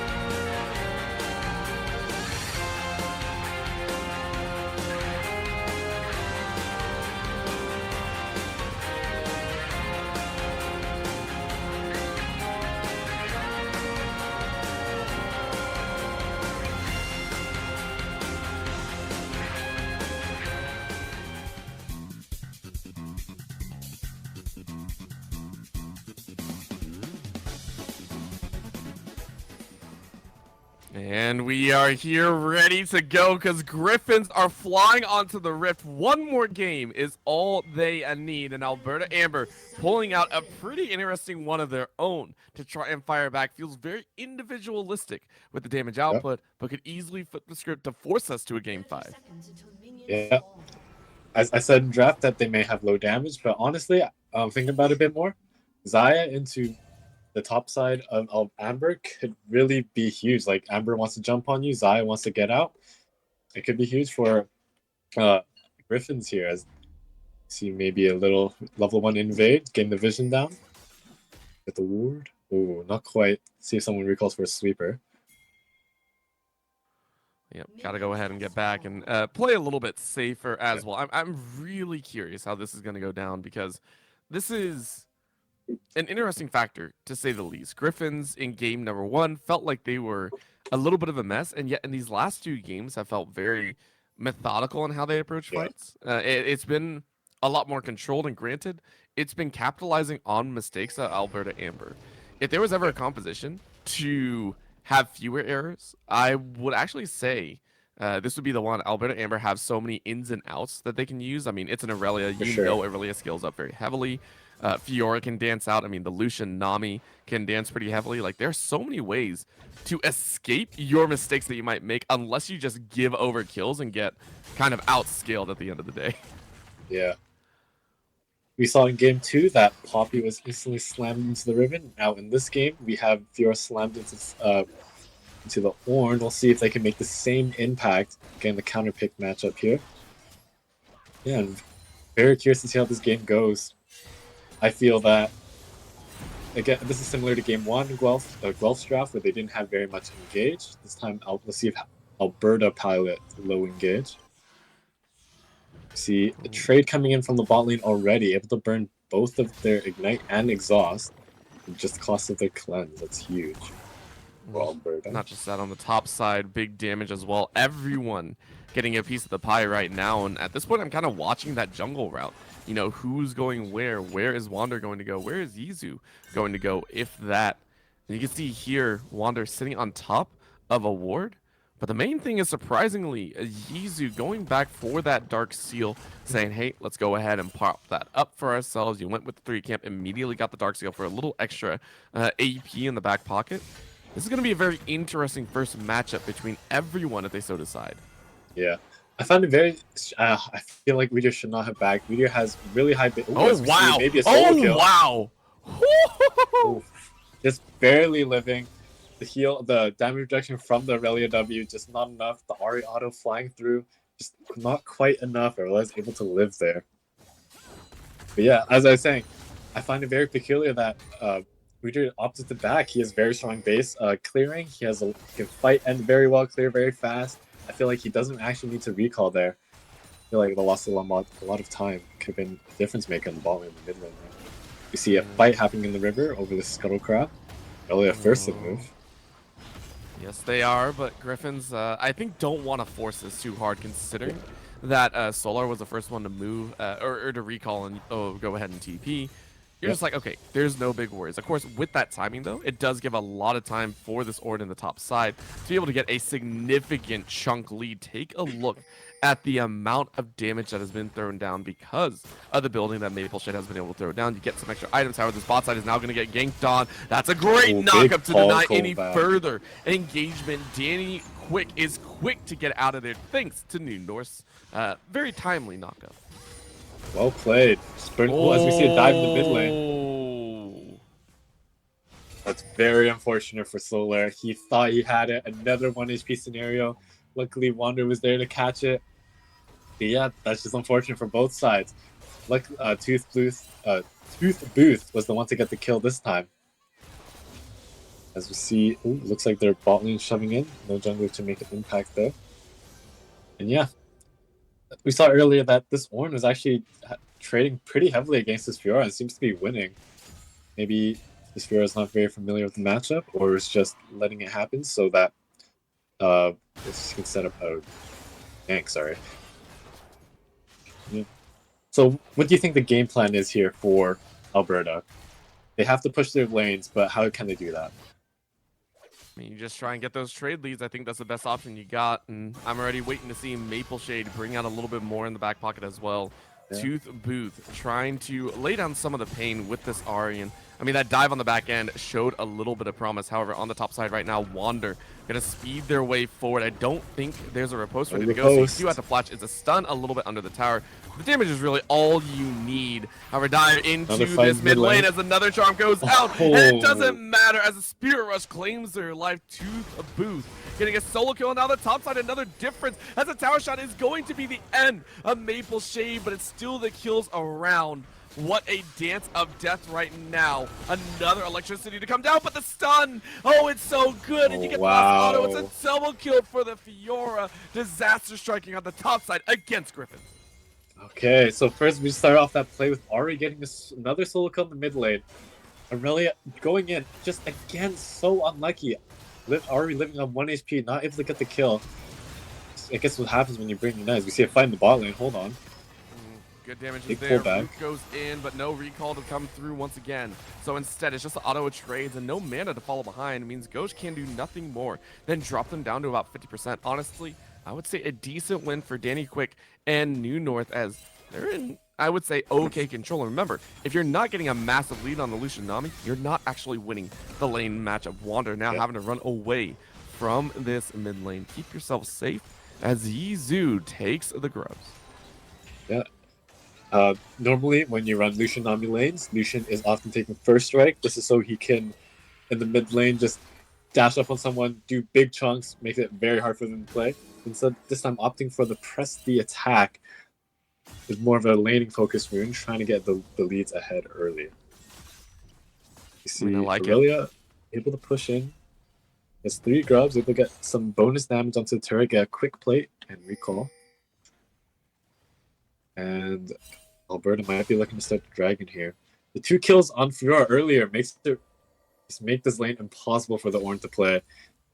He might just be spending the rest of the game under turret. The best thing he can do is just to not die and scale up. As long as he can get the experience and hit that level 14 and start giving off ornaments, he is chilling. I think that's what you're going to be looking at right now, though. Wandering into the enemy brush and realizing you might be spotted out. However, Tooth Booth is coming over as well. Level 6 on Wander, though. If you do decide to dive, great charm to land. Yizu is caught out, and that's a finisher. It's 4 on the bot lane. UAlberta still has ult. And of course, this dive could easily come through. You almost get the stun, and there it is. Tower denied any options. It's a free kill for Gryphon's Gaming as they pick up more than 1. This is huge. I feel like Gryphon's team comp, they can very easily snowball this game, given their Ari, given their Volibear. These are champions that have playmaking ability and given their early leads have more damage than they're used to. So they can really just force the issue here and make it very hard for Alberta to play. I feel like if I'm Alberta, I'm looking at my top lane, I'm saying, okay, I need to put I need to help this winning lane. Like, I think it's usually a fallacy to try to help the losing lane because it just becomes very difficult for them to come back. Instead, just try to help your winning lane. Granted, you are ganking an Ornn who will be relevant later in the game, as we see another fight happening in the river. Oh, this time it actually might be against New North. New North has to run away. It might be the sacrificial lamb, but it's chased by Solar Desire. I don't think you can just leave the recon alone. The auto attacks are so real. And in comes Danny Quick to try and get some help, but that's the stun that you need, and now you get that true damage. No mana to follow up behind, though, but in comes that culling. Danny Quick trying to dance around. Gets the recall on the feathers, but can't do much than stay away. You will be sacrificed. New North running for their life. And I think New North may or may not be caught. You have enough mana to have another W, but look at that speed up. Bubble doesn't land. It's more than enough to force it out. A final shot from Ghost will claim their life. I thought Recon was going to get out there initially when I thought Alberta was trying to bite off a bit more than they could chew, opting for more kills instead of going for the guaranteed on Recon. Luckily, they were able to catch Recon on his way back to his own turret. I'm surprised he chose not to execute it. Nami there. As we see one pushing out the top lane. He's down 16 CS, to be expected given how the early gank went and just the nature of this lane. Our next major objective is coming up in a couple of minutes with grubs. Oh, actually, no, coming up soon in a minute. We'll see if Alberta wants to fight again to get the 6 grubs bonus. And I think they will, given Fiora's advantage in the stop lane. But she hasn't recalled. Yeah, just Just give it a little bit of time. Plenty of time to play with right now. Alberta Amber saying we're not too worried about what's going on right now. We got the kills and we're keeping it even.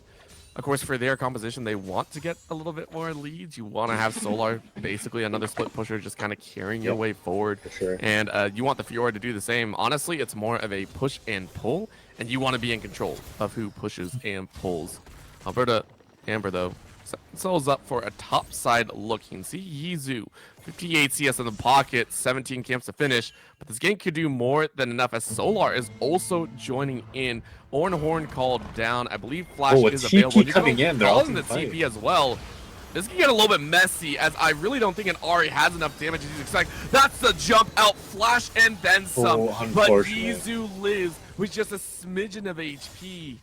It's a 1-4-0 in the top side, but you get a couple of those big summoner spells, and I think you're going to be kind of okay with what just went down. Yeah.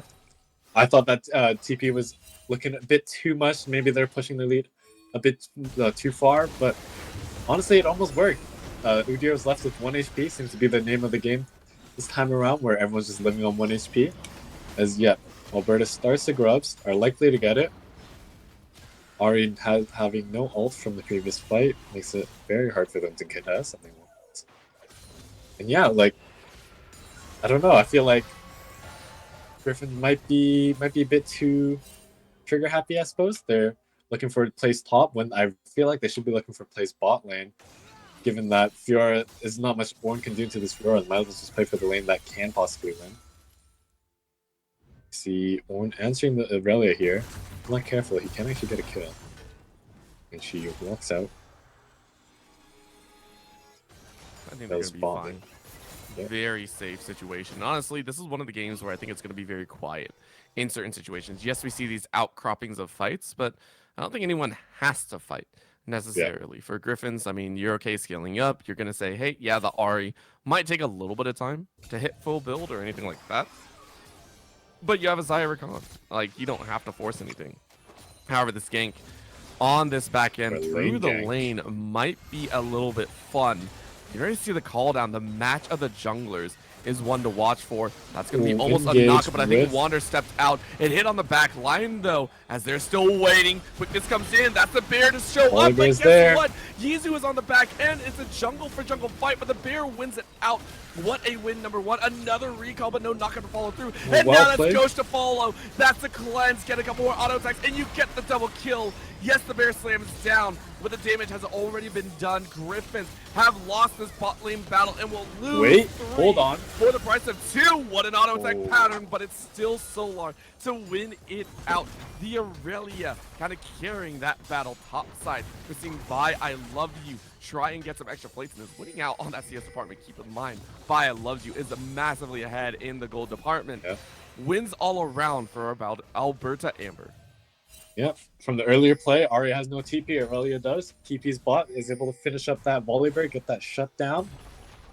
And honestly, that was a pretty crazy play. I fully expected a Guelph to really get a lead there, but Yizu on the backline was able to distract the Xayah Rakan enough so that they couldn't really help the Volibear take this fight. As we look at Infernal, Yizu opting to reset it, wait for his team. We are actually pathing back top lane. Sees an opportunity to get top tier as we see Rakan go for a little engage. Nothing to be had so far. Ornn does almost have TP, see if he TP's down for this dragon, as Gryphon looking to force the issue here.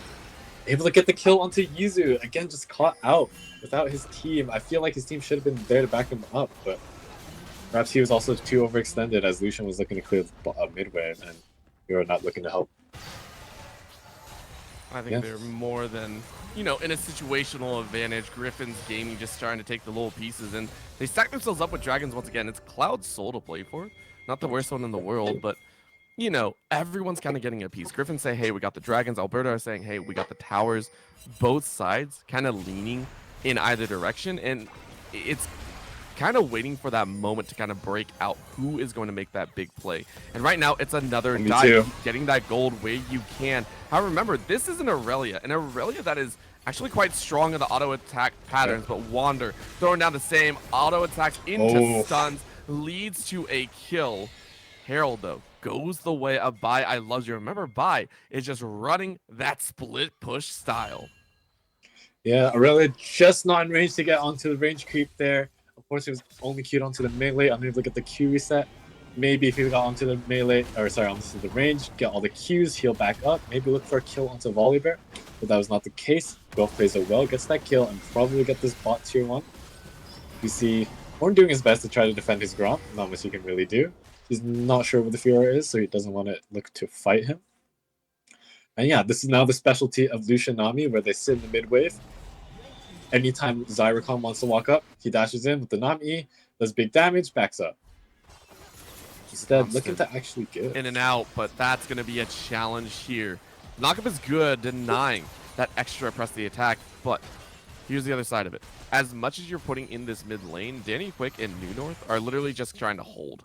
I think that's all they're trying to do. You take a look at the CS numbers, you're not really worried about it, and the Zaya's not really up there. You take a look down quite a bit of gold, but you're just trying to get those items in the Zaya so she can fight on a level playing field. The main ones that you're actually worried about, I think, are Bai and this Solar. Both of these champions can outduel you. So you want to get items as quick as possible in case you have to use that exhaust, that Featherstorm, and literally everything in your kit. Ooh, we see another lane gank here. But yeah, I think you're exactly right. Zaya's just, she's down 1,000 gold. She doesn't care. She's just chilling, clears the wave. That's all she has to do. That's her entire job. And just hope for the rest of the team, try to shut down these side laners. And if they have no side laners, it's very difficult for Alberta to play. As seeing engage from the bot lane, Orange one called, but you see a fight in the mid lane as well. Difficult place to be in right now. That hurt a little bit, but you didn't lose too much. No flash or anything like that. Herald zipping their way into the mid lane. Great break for all those grubs. And they're going to get a second charge off as well. No one else is here to really defend, and that might be the challenge that they want. A nice quickness, though. Gets triple knockups, but no one else is there to throw down the damage, and because of that, it's a win for Alberta and Amber. They get all the damage that they could want. A charm lands on the buy, though. The re-engage could be big. Wave goes out to slow them down, and the damage is more than enough. That's a shutdown over to buy, and this Ornn can do nothing much. Remember, as you said, Maple not on a carry this time. Can't really clean up the fight. If I'm Aurelia, I'm saying, look at your mid lane. He died having caused, Volibear and Ornn had to go bot lane try to kill her. They do, but they lose so much in the mid lane because of it.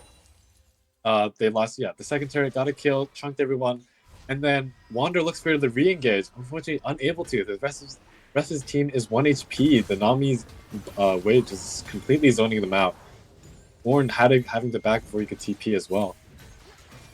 But we do see here them. The tower. Yep, it's a little the tier 1 mid. It's a little piece. It's a little something nice to have in return. But of course, the gold is getting a little bit out of control. 2K in favor of Alberta Amber. I don't think they're letting up anytime soon. We see the pings. Ari does have ult, but has no vision. Oh, the stop! Lands. They got the stop. Solar is dead. And there's nothing else on the map. This is a free kill. Handed over to Tooth Booth, who is now 3-0-4. I don't know if I'm Solar, like, as much as that last play got Alberta far ahead, this time he died for no reason. Alberta's not in a position to really get anywhere. They sent 4 bot, got the kill for free, and this is just putting Aurelia further and further behind, unable to farm. And his third dragon comes back up. We'll see how Alberta wants to contest this. So Ornhorn coming out of top lane. They're gonna give it their best shot. No real worries at the end of the day because a fight on the bot side might yield results. Yizu caught out. This Udyr is getting decimated. You're still feeding kills into this Ahri, who is going to be kind of that linchpin in fighting the picks. It's working quite well. Dash in the top side, though. Bai, with a pretty heavy win, is looking to try and get some value back. And of course, in this situation, it's just baiting time. Take a look at that wave, though. This chase on the Ghost could be a big one, but the slow is more than enough. Mid lane, disengage from Aurelia. Still, though, the kills onto Yizu are looking good. Triple up behind, but that's Aurelia dead. The chase is on. We're watching kills happen across the map, and look at the feathers fly. Ghost gets to dive under the tower, but they're in a little bit of a rough spot. If they do decide to keep following through, guess who's coming on the back end? Wander, realizing you might not be in the best spot. A dash forward into a Q keeps them alive, and now the slow Ghost gets over the wall. But the dash forward, not quite. Valandrio is safe, but the stun is going to be there. And the all-encompassing map chase And with 3 kills and a shutdown to 2 overall. Kills are just happening everywhere on the map right now. I was gonna say, like, Gryphon, they have the pain in the claws, they're just not letting go, constantly making plays. This Ari and this Recon were just sitting in the enemy jungle, getting kills. I guess Alberta's just not expecting it, not enough vision. But Alberta's saw that they're that enemy players are in their jungle, they push mid, get the kill into Xayah, get the mid turret, and they back up. Unfortunately, having to trade Lucian's life for it. But honestly, we'll call it worth. Why not? We see the 3rd dragon finally being taken by Guelph. And the Fiora TPing top, looking to push that top wave. Yeah, so I think they can do a dragon, right? I think they have enough damage. At this point, it's can Fiora split push 1v9. Yep. Fiora's not really known as that team fighting champion. She does have the riposte, but that's pretty much her only counterplay ability. She just gets stunned after it. There's not much she can really do. Gets quickly killed. So she really has to rely heavily on Alberta. Stolen by the Ward, getting that little Grom. Yeah, Fiora has to be able to get these map movements, get these get the hits on tower when she can. She does have 6 scrubs, making it a bit easier. It looks like, we're also leaving Aurelia alone in the bot lane here. I mean, Aurelia has been shut down as well. 1-6-2, honestly, well played by Gryphons, but Gryphons are kind of forcing this. I don't really like what they're doing, but all 5 are here. Maybe they're trying to pinch on the other side to get some kills, and the Ornhorn is down. Who are they chasing here? Ghosh is the one in front. No chance to really get away. You burn the cleanse and the flash, but look at this chase forward. Nice a charm lands for freedom, and the reset is there. Oof. Now the flash out for the Nami. Flash. Keep in mind, on the bot side, the push is still going on. So yes, they get 1 kill, but how much are they going to lose? Tower number 1 falling on the bot side. Tower number 2 on the top I don't think side both can going give to fall as well. And Gryphons have just made a disastrous call. I think they're still stuck at the Baron. Wow, the 1-3-1 strategy actually works. Guelph is spending way too much time trying to get mid-prow into the Baron. They're just losing their entire base. Ari finally is able to recall, but you have Recon Xayah. Can they really deal with this Aurelia here? She's not strong, but she can definitely fight. She might get caught again. This time, I'd say it's a good death. She's able to push out a lot, get a lot of damage, get turrets. She does die here. I mean, she gets almost kills the Xayah, Danny actually. Quick. Wow. Yep. Danny Quick is the only player, I think, on Gryphon's side that is one of the weaker ones. 0-3 and 4 has not had time to farm up, so he almost got the kill. Still, though, feeding extra gold into the team feels pretty good. So yeah, this is a wake-up call for Gryphon. They cannot be asleep at the wheel. If they get a pick, they have to immediately be decisive. Go Baron or recall. They can't be dilly-dallying, doing nothing. We see Fiora looking to see if they can get a kill on the Ornn here. Oliver doesn't cancel the recall. As we see, pause. Ghost left the game, perhaps an internet issue. Oof. Yeah, they say in chat, internet.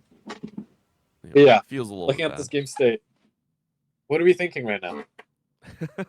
I'm thinking things have taken a drastic turn and we're seeing a fight against the clock. At the end of the day, right now, you do have to identify that Alberta Amber are playing a very split push heavy composition. Yes. And you can't be drawn into weird states like that. Going for Baron felt like a desperation play that you didn't need to make. So, take it a little bit easy, take your time if you so wish, and identify that if you feed these Xayah, if you feed this Ari, you'll have a good time. I think they're doing well on getting the picks. But you can't allow multiple towers to be taken for free. You have to commit and you have to move fast. Yeah, I feel like the best play against the 1-3-1 comps is to always make sure your side lanes are pushed. If they're pushed, it just takes too much time for Fiora and Rally to really do anything. Even with their insane wave clear, they still have to get their wave to the turret. Yeah, it's just not enough. It gives them time, gives Gryphon time to look for Barons, as long as they just keep the lanes pushed. But yeah, outside of the 1-3-1, do you think this is the only way Alberta can win? What happens? What happens when Gryphon realizes they should be answering the side lane? I think that is Alberta's only way in, mostly because Udyr is not going to do anything. Neither is Aurelia. Let's be honest. They're a little bit too far behind. Yes, you can duel. Yes, you can duel in the 1v1. At this point, I don't think Gryphon are going to let them 1v1 any longer. So if it is played out properly, I am expecting Gryphon's gaming to have a very strong impact in that Sure. way. So I am interested to see what they can do. Of course, we are waiting on this unfortunate disconnect. We'll try and get him in as soon as possible. He has reconnected. Yay, let's go, let's go, let's go. I'm excited to see, because this could be the end of the series right here. We are waiting to see what goes down, and I'm thrilled to see what they can throw down. Yeah. I mean, I'm trying to say game 5. These two teams have been fighting to the death. It's been amazing. It's very bloody.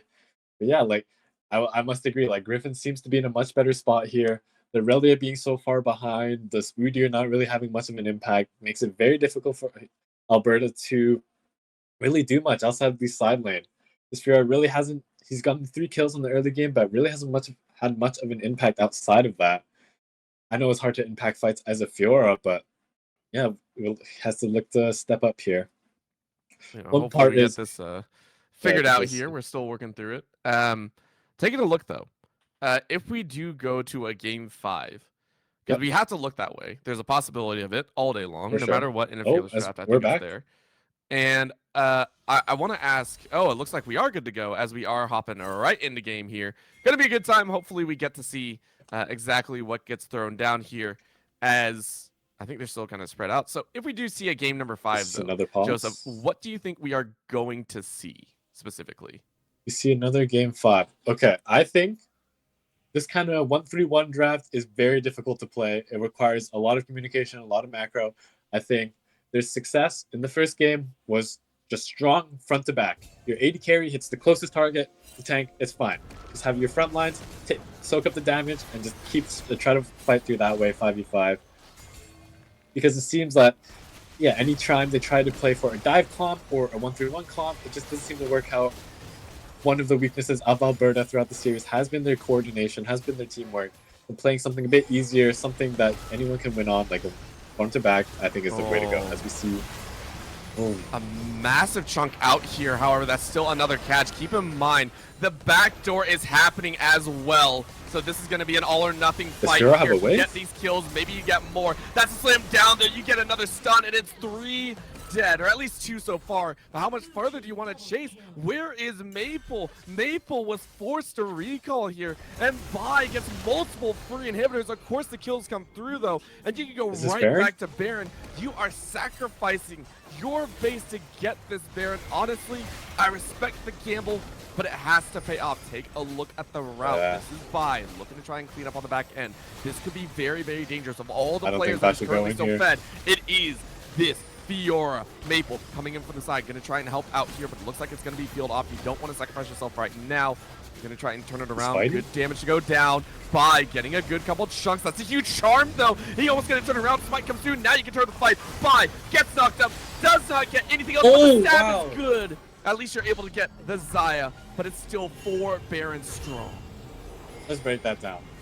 So at the first started off, the whole play looks like Guelph was able to get a couple of picks onto the Udyr, catch him out, take the fight, run back to Baron. Looks like Ghosh got a bit too ahead of himself. Got caught by the Gryphon. However, during this time, Fiora looked like he just ran past the Ornn. Ornn let her have that in him in exchange for the wave. Looks like Ornn wanted to stop the end. Fiora was able to get 2 inhibs off of that at the cost of Guelph getting Baron. I think the crucial misplay there was Fiora looking to contest the Baron. It was a 2v4 with Nami. I feel like it's just really hard to play that out, especially since you hadn't recall for items. I feel like the correct play was just to recall there. You got through 2 inhibs. Just call it, don't look for more. Like, you got really big prize. Guelph has to answer these pushing side lanes, and this just frees up so much space for Alberta to play the game. They can finally contest Dragon again.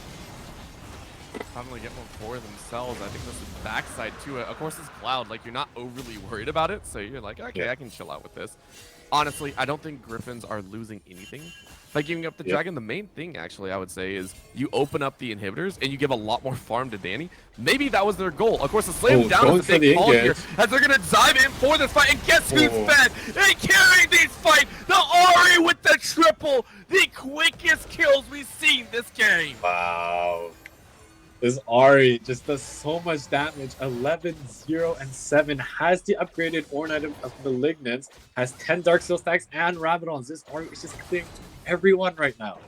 And there's just no way to answer. Their Fed members of Lucian and Fiora were just not there. They had backed off after getting the Dragon. Again, you should not be looking for these fights as Alberta. You're a 1-3-1 comp. Wait for your side lanes to push up before you do anything. As we see an engage going in 2v3. Oh, good. Can Alberta hold this tower? I don't think they can. It's going to be knocked away. And keep in mind, this is just a little bit of a stall. You're waiting for the Ari to push on the other side, but a flash over the wall keeps you a little bit safe. Nice charm! What a charm! Tooth Booth is a freaking legend as that's to call it down. However, the ensuing fight could be dangerous as Aurelia is going to fire away. Big heal coming down from the bars. Gloom, and maybe get a bit more. What a knockup behind! Out of nowhere, Gryphon's Gaming with a quadra kill on Tooth Booth is looking to end this series. Come on, if you're Gryphon, you gotta go for that penta. You have 4 alive, you have so much CC, just gotta go for the penta. Come on. How crazy You either would that go be? for the penta or you keep the stacks as one way or another. Oh, A they're going big for it? slam They're going down. for it. You're running it in. Do you get the penta? It's a penta kill for Tooth Booth in the 3rd place matchup of the CIE $1,000 League of Legends tournament. It is Gryphon's Gaming Quelch to take it 3-1. Honestly, as a banger series, both teams played extremely well, showcased throughout the Fearless draft all the picks they could do, all the strategies they had, with both just pulling ahead. It was a fun series to watch. How are you feeling after that, Orbital? It's a good time. It's always a good time whenever we get a little bit of a mess at the end of the day, and we saw what they were wanting to do. We did see what they were planning throughout the entirety of, I think, the draft, as well as what, you saw the game plan in Game 4. It's pretty straightforward. You just say, hey, run them over with the Ari, and it did work. The Fiora on the side of Alberta Amber did its job. Let's be honest, was trying their hardest. Yes. But there were some other pieces that fell to the wayside. If you play a split push, you kind of need your 4-man squad to still hold it down. Split pusher. It felt like one of the split pushers might have been taking it easy. I'm not sure what happened there. But yeah, valiant effort from Alberta. And also, yeah, in the really well played from Guelph. I feel like Tooth Booth and Maple Shade, they played extremely well throughout this entire series. They're really doing a lot of heavy lifting. As we see here, Ari did 36,000 damage, most on the team, and ending the game on a pentakill. Like, it doesn't get better than that. And honestly, I do want to go ahead and get some insight, I think, into this, because I think we're going to have an interview, which is going to be a lot of fun here for one of the players of this 3rd place squad. It is going to be one of Guelch's members, so please don't go anywhere. We're going to have an interview with one of the winners here on the secondary channel. Please don't go anywhere. We'll be right back.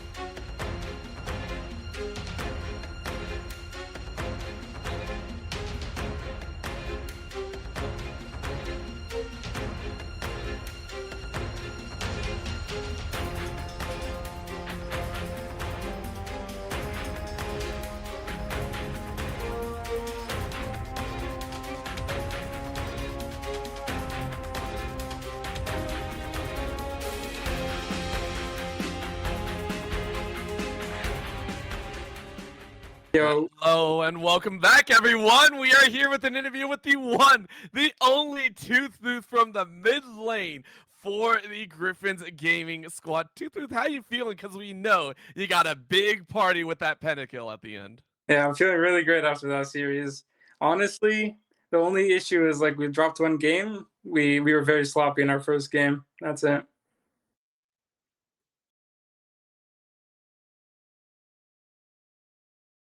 Uh-oh. I think we're getting something mixed up, but right now we are taking a look at that first game, of course, and one of the main things is you mentioned that it was a little bit sloppy. What exactly happened? Because, I mean, the other games were hectic as well, but it sounds like that's your entire team's play style. Is that how you like to play a lot of the time? So we like to play a bit more clean usually. I think it's because of it's like we're playing for third and fourth, so we're playing more aggressively. We're trying to establish our dominance here. But our first game, it was sloppy because, like, honestly, there was a few issues in draft, and we were coming off of the loss of the series yesterday.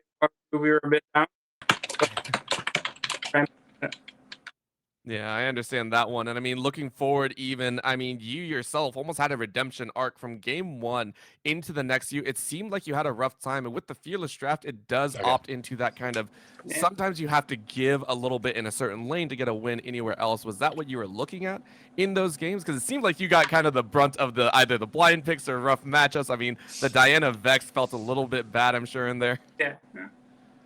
So for Fearless draft, honestly, we were more confident in ourselves because we have a large pool for, at least for me. We were more targeting enemy mid, which we heavily targeted with bans because our mid, Wander, like the jungle mid flex, it works really well since they are forced to ban it. They ban out the Yasuo, which also targets their own mid laners pools. So we were heavily focused on that during Fearless.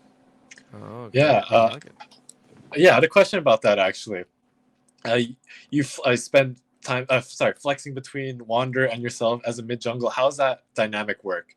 Are you guys just looking for specific Wander, like one tricks that like champions is very comfortable on, and if he doesn't get it, you play mid, or how's that dynamic work? That's almost like exactly it.